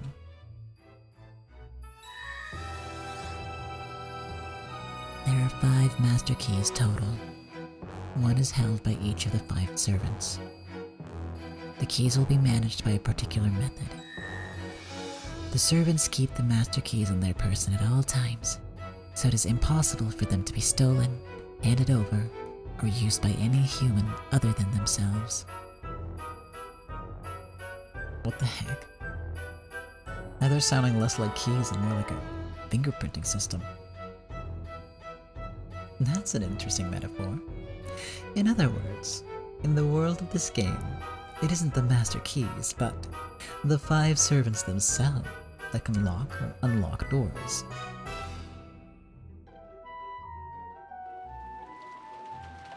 We tried to retrieve Genji-san's master key, but had no luck.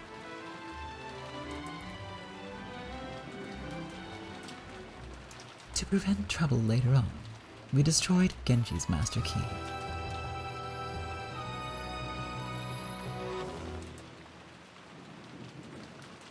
This was the crime of the first Twilight. The scene was the fully locked room of the dining hall. None of the servants holding master keys have alibis. Then again, no one else has an alibi either.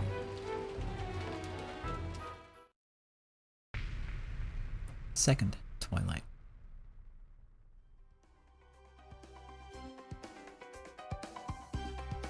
Everyone returned to the parlor to discuss what should be done next. The phones were out, so they couldn't contact the police. Was the mysterious culprit hiding away somewhere, planning to attack their next victim at this very moment? Or was the culprit in here with them, mentally sticking out their tongue and tasting their next prey? None of them had alibis, and it was possible for any one of them to be a culprit. They really are blazing through this, but I guess because it's so much simpler, it's also a lot quicker. However, that tense feeling didn't last long. By midday, everyone got tired of arguing, and they decided to take a break. Kraus and Natsuhi announced that they wanted to talk with each other alone, and went up to the second floor.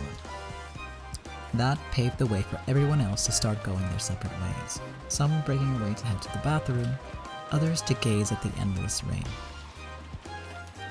However, no matter how much time passed, Kraus and Natsuhi were the only ones who didn't return.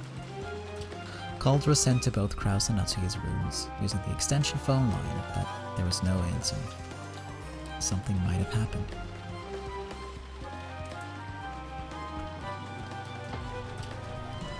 Everyone headed to Kraus's and Natsuhi's rooms together, and in Natsuhi's room, they found Kraus and Natsuhi lying sprawled on the floor. Madam's door was locked. It's just like the dining hall. After getting everyone's permission, I unlocked the door. Kraus-sama and Natsuhi-sama lay sprawled on the floor inside the room. Dr. Nanjo checked their pulse. Then, he announced that the two of them had died instantly. Correct. I confirmed both of their deaths. There can be no doubt that they died instantly. I searched all over the room, looking for a clue. In the end, I found that the windows and doors were all locked, making it a locked room. Another locked room. And yet again, we servants who have master keys will be suspected. But have no fear. After Madame began to suspect us, we started keeping an eye on each other. All of us servants were together the whole time. All of us servants can provide an alibi for all of the other servants. Now that's interesting. So, You're saying that this locked room is even more perfect. In the case of the first locked room, no one had an alibi. So, for this locked room, all of them have alibis. In this world, the servants themselves are living master keys. As long as those servants have perfect alibis, locking Natsuhi's room is impossible. We decided to preserve the crime scene as it was. We put duct tape all over the outside of the doors and windows, sealing them. I'm sure the culprit left some sort of clue in this room. We made sure that no one would be able to enter or leave until the police arrived. Then, we did the same to the dining hall.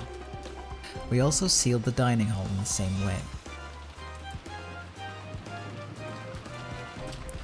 We reached the conclusion that the entire mansion itself should be preserved.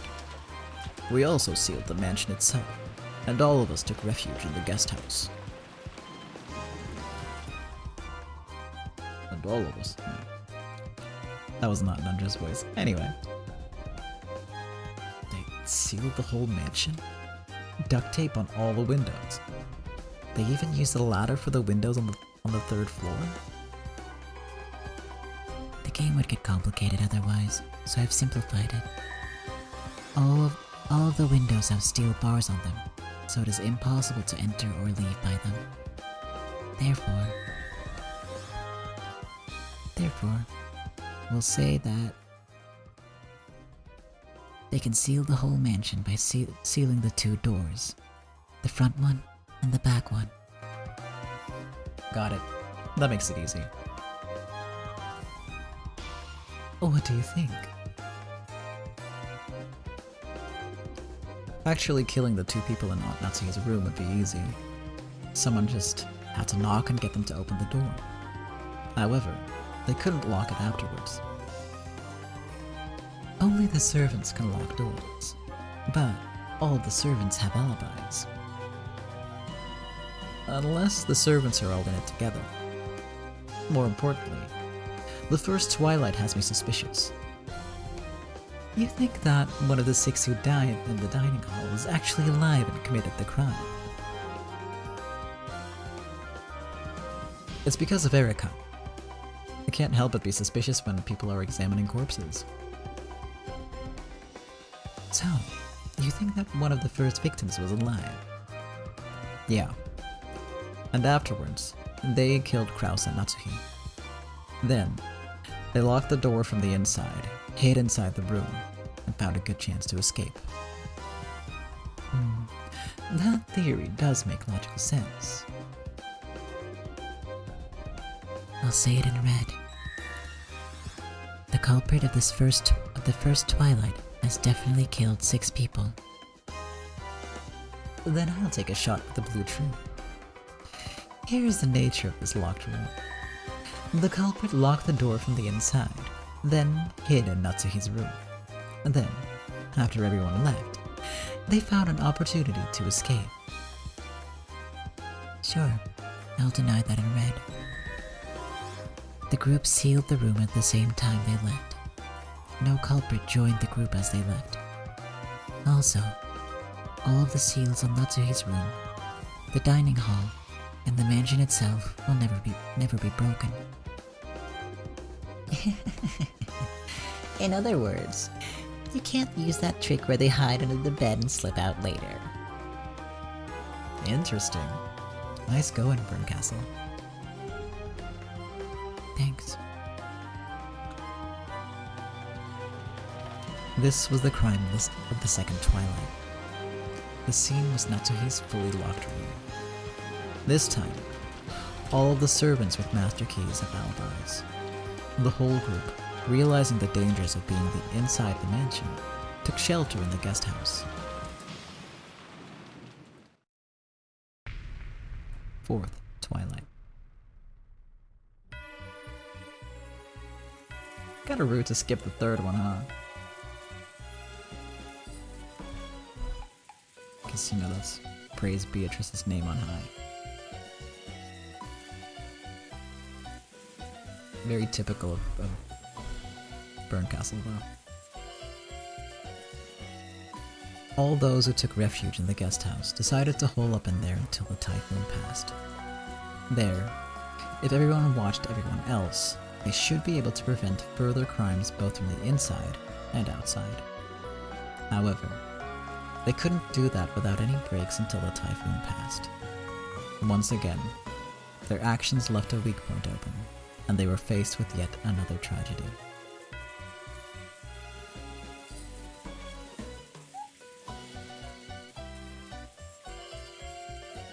Shannon-chan and Kanon-kun, who went outside on an errand, still haven't come back. George Nissan got upset, so we all went outside to look for them. We found Shannon-chan. Shannon-san lying there in the rose garden. Oh, poor Shannon-san. I prayed she was still alive. However, I was forced to acknowledge that she was dead. Of course, I also examined her and confirmed her death. When the two of them left, we were busy checking the locks around the guest house, so not one of us has an alibi.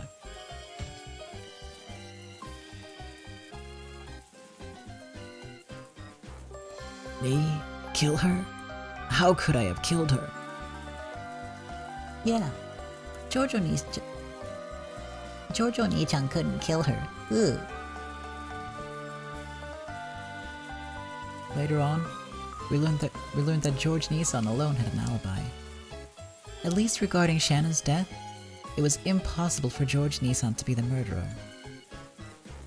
To turn it around, anyone could have killed her besides George Aiki.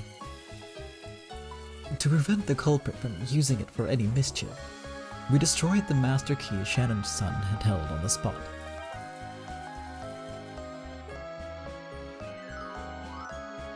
At the time Shannon is killed, Kanon goes missing forever. From now on, Kanon is treated as having been killed. Also, Kanon's master key is treated as having been destroyed. Well, it'd be tasteless to go into it, so I won't, but given that Shannon's dead, I wouldn't really expect anything else. In other words, we can say that Shannon and Kanon were killed at the same time, even though we're missing a corpse. That's right. Looks like the crimes are moving along. This was the crime of the fourth Twilight. The scene was the Rose Garden. There are no locks or doors. It isn't a locked room. So, the master keys no longer have anything to do with this. Then, the pace of the crimes began to accelerate.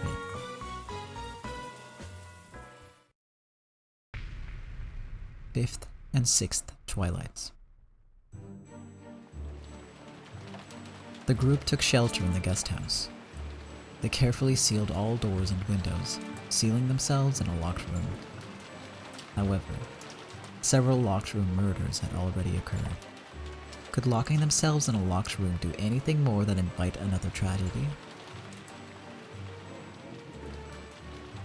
After arguing fiercely in the cousins' room about finding the culprit, they decided to go to the servant room to double-check the testimonies of Nanjo, Kumasawa, and Goda. And there, they learned that a tragedy had occurred once more.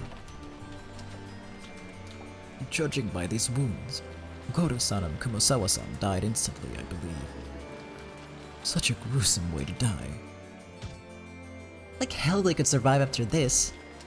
Goda-san and Kumasawa-san are both dead. Well, we have been busy keeping a lookout and locking up and all that. Once again, none of us has an alibi. That's not true. Look, considering the way they were killed, the culprit would definitely get blood splatter on themselves. But Dr. Nanjo and all of the cousins have no blood on them.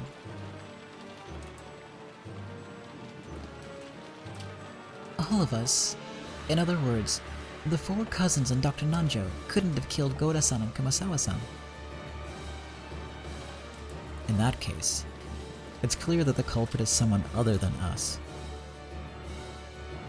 I guess that someone might have snuck in, so I checked around, but the guest house was still completely locked up. Perhaps the culprit has a master key after all. That's impossible. No master keys exist anymore except the 2 keys on the 2 people who lie dead here.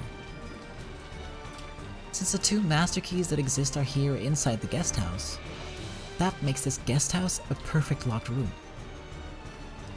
Well, since someone's dead, it obviously wasn't perfect. Oh no.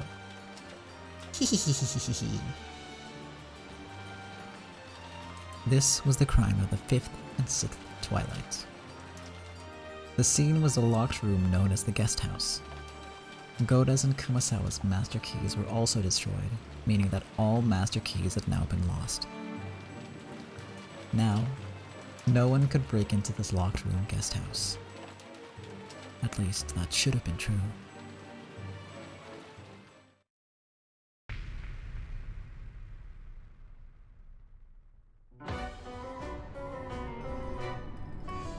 This time, Dr. Nanjo was the one who was killed. He was killed in the entrance hall of the guest house. It was far too foolish to come here alone to check that everything was locked. He's dead. He's been killed. Even I can say for sure that this was an instant death. Everything is locked up perfectly. How did this happen if this is a locked room? Then that means the culprit is one of us. Impossible. Judging by the circumstances, Maria, Battler, George Nissan and I all couldn't have killed Dr. Nanjo.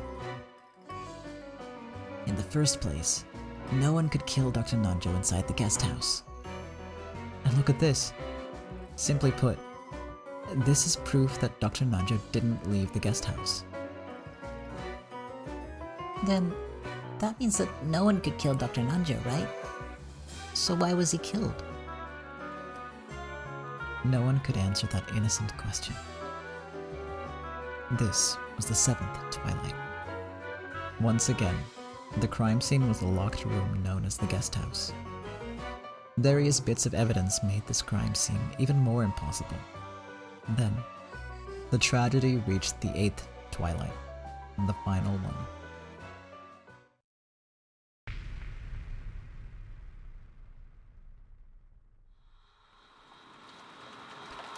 By now, it was clear that holing up wouldn't keep them safe.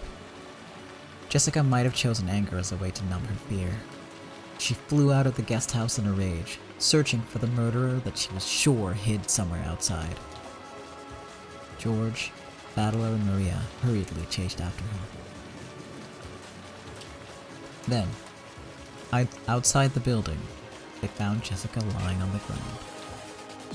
It was, as anyone could tell by looking, a gruesome corpse. Poor Jessica-chan. She probably died instantly. There's no way she could live through this. The 3 of us were together the whole time. George Aniki, Maria, and I couldn't have killed Jessica. Yeah, the 3 of us couldn't have killed Jessica. As if Maria-chan could kill someone. Maria-chan couldn't kill anyone.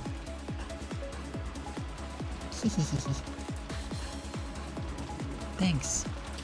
George Oni-chan couldn't kill an adult. He could kill a kid though.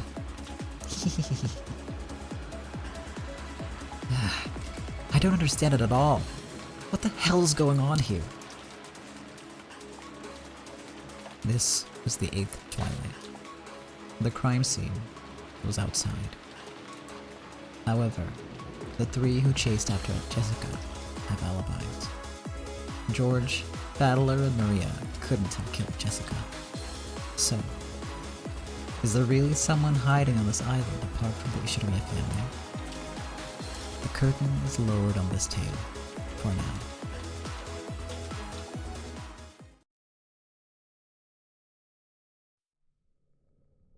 That's all for my tale. It's pretty well made. If you had a full-on reader, it'd stand up well against Beato's games. I agree there. You did a good job. Well, The real work comes from taking this, reading it, and making it worthy of proper theater going. Theater going. Still, I'm stumped.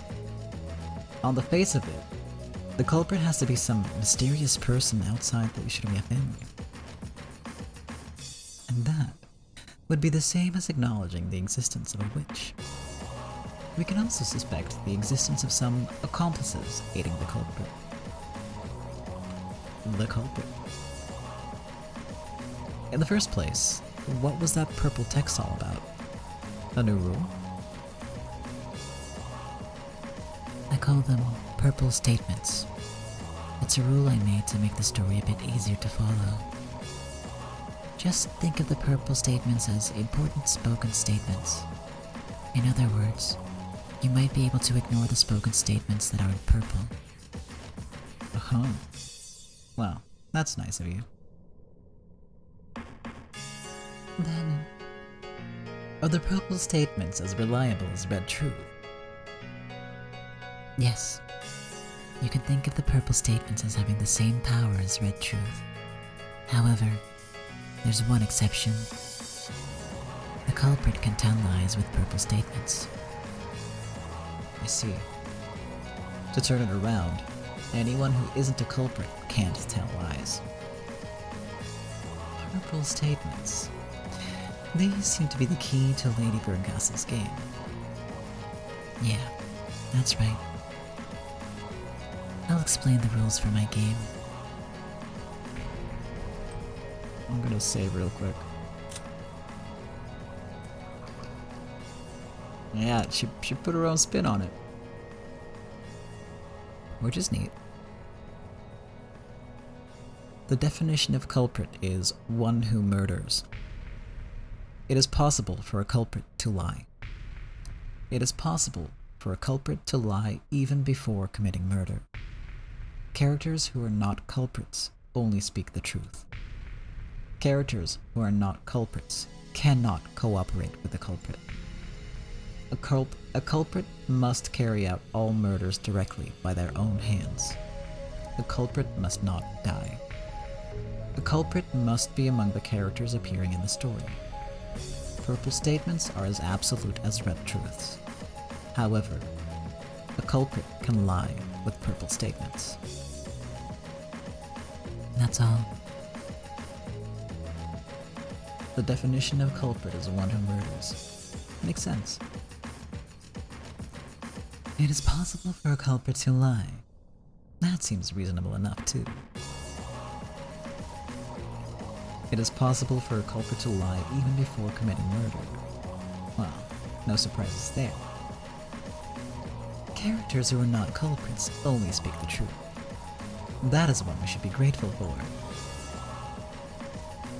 Characters who are not culprits cannot cooperate with the culprit, right? So, the culprit can't use any accomplices to create an alibi. Damn. My guess was that someone had manufactured an alibi to cover for the culprit, but... Too bad for you. The culprit must carry out all murders directly, by their own hands. In other words, there are no remote or indirect methods of murder, like traps. The culprit must not die. In other words, no one can commit murder, set up a locked room, and then commit suicide inside it. And doesn't it also mean that dead people can't be culprits? This is a fairly vital piece of information. A culprit must be among the characters appearing in the story. So, no mysterious strangers sneaking onto the island. The appearing characters are the same old 17 people after Kinzo is removed. No one else appears in the story, so no one else matters. Purple statements are as absolute as red truths. However, the culprit can lie with purple statements. Now here's the troublesome one. This could be the heart of this game. Is that all for the game's premises?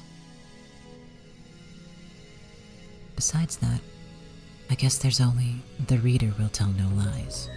In other words, there are no lies in the non-dialogue narrative text. I could have done that if I wanted, but it'd be a pain and make things complicated. So, you willingly abandon a witch's privileges. You seem quite confident. She probably plans to win despite that. That's all from me. I don't intend to give you any more hints or answer any more questions. As the observer, I'll proclaim this once again. I guarantee that it's possible to identify the culprit with this information. Okay. Got it. I can't wait to get started. I can't believe the two of us are going to take on the same mystery together once more. Yeah. Let's make the most of it. This is a real game between you and me. I recommend finding some paper and something to write with. That is, if you really intend to fight me. If you do get completely stuck, maybe you should listen in on Balor and Beato's reasoning. We'll have those be hints for when you get absolutely stumped and can't move forward. Still, I'd rather fight you one-on-one. If you plan to enjoy our little duel, then try defeating me by your own power, alone, without relying on hints. So, let's enjoy ourselves. Let's enjoy ourselves, shall we? Enjoy this game I've created, just for you.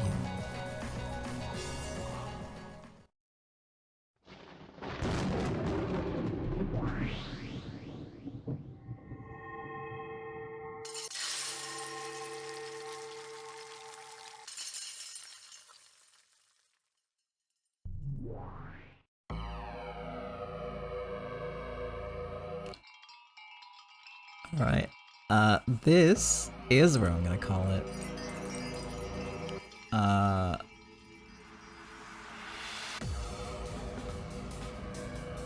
Can I like... I can't save this menu. Yeah, in this game there are two sections in which there is a player input.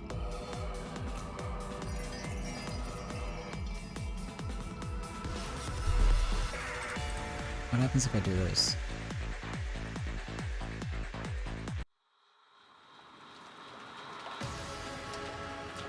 Can I save here? Yeah, okay. I'll do that. And then, next time I'll just, I don't know yet, actually. Because, you know, there's the hints, and there's player input, and I do feel like I don't really want to take away from that. But I also don't want to be like, oh, we'll go read all the hints and then we'll read, you know, the full story. Because, like Burncastle just said, it's more fun. You have to think about it. And I want to give people a chance to, like, reason it out for themselves. So I might make 2 videos. Ooh. And, well, we'll stream, like, the actual solution next week. That gives you a week to think about it. And if you want to see all the hints and stuff, I'll make, like, a YouTube video for that. So that if you get stuck, you can get the hint, and then you can come back to the VOD once you figure it out, or you think you figured it out. Oh, oops. I forgot I tied a hand gesture to that, and I don't remember which hand gesture it is, so, I triggered that on accident, the troll face. Accidental troll face. Oopsies. Well, that's fine, I never get to use it anyway. Because I always forget. But yeah, I think that's the plan. And then if you're here in the chat next week, you can tell me what your theory is.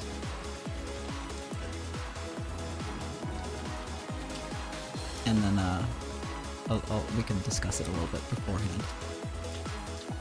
Yeah, I think that's gonna be the plan, because otherwise it's just gonna get really complicated, and it's gonna either get really complicated or I take the fun out of it, which I absolutely refuse to do.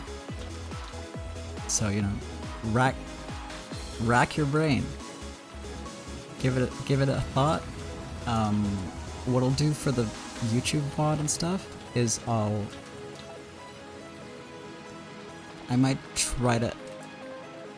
No promises, because this is going to be a lot of work, and I might not have time. But I'll try to edit in a list of all the purple truths. You can look this up online too, but I recommend not doing it, because you might find the answer on accident, and then just, you know, that takes something out of your sales completely. So I'll try to stick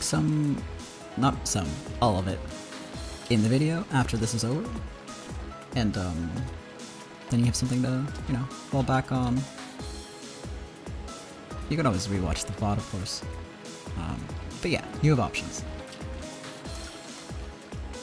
I don't know, I just want to give people a chance to play detective along with Valor and Beato, as is the point of all this. So your theory is the one who's least expected. But who is least expected? You don't have to tell me that now, you can save it for next week.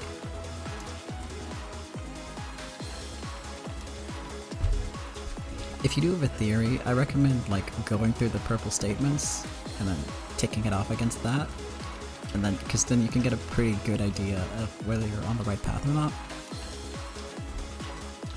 So yeah, I'll do my best to try and get those in the VOD or YouTube video or whichever.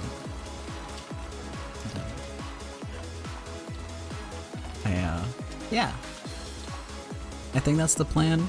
Yes, the plan is we split things up, and there's like a fallback video for if you need hints.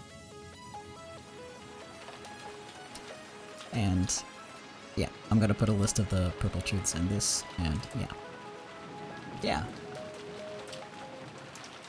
Nice. I like having a plan for these things. Alright.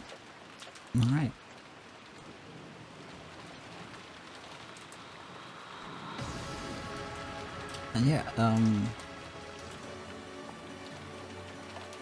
don't know. I guess I'll see you all next week. Let me just set up my end screens, all that jazz. Alright, this is Sam from the future speaking, and I changed my mind. We're going with a different plan. What I'm going to do is put timestamps in the description for this video, so you can skip between each of the Twilights and easily reread everything.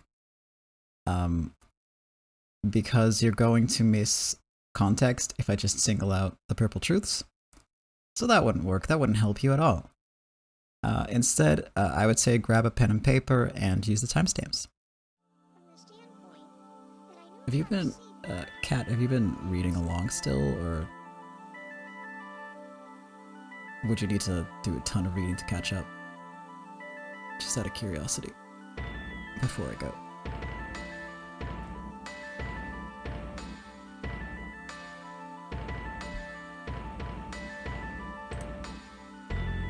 You'd have to unlock 3 chapters, oh no. I mean, you could. And then you have to, like, blaze through, like, a third of 8. But,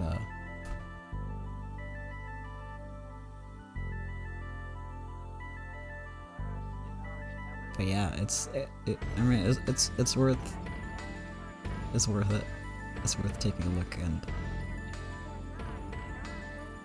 I mean, yeah, it's absolutely worth it. Buy the game if you're watching this.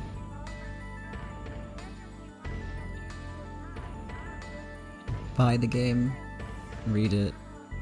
It's great, I promise, I swear. And if you don't like it, why are you here, right?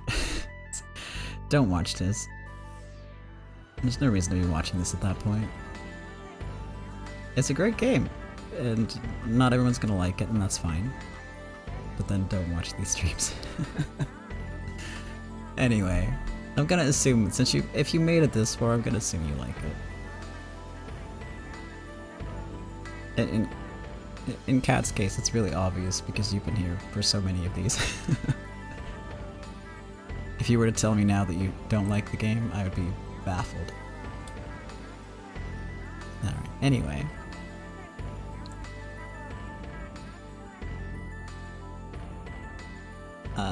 Yeah, you've been here a while, and I appreciate it. Just like I appreciate everybody else who's watching right now, be it live, be it the video. I hope I managed to get that editing stuff in. If not, sorry? Sorry. And, well, we have a plan for next week. I'll do my very, very best to get everything out on time and quickly, and, you know, well put together. I'm sure it'll be fine. And, also thank you for saying that I'm a good narrator. I try. I appreciate it. But yeah, have a great week. Keep racking your brain on who the culprit is. And then next week, tell me your thoughts. And then we'll all find out together if you're right or not, and it'll be great. And then we can get Anja back because I don't think they're quite caught on to the severity of the situation just yet. And the potential trauma she's gonna be acquiring. So, you know. Do some detectiving and then maybe it'll help. Alright. Thank you, as always, for watching. I really appreciate it. I hope to see you next week. And have a great night, have a great day, have a great week. See you next time. Bye bye.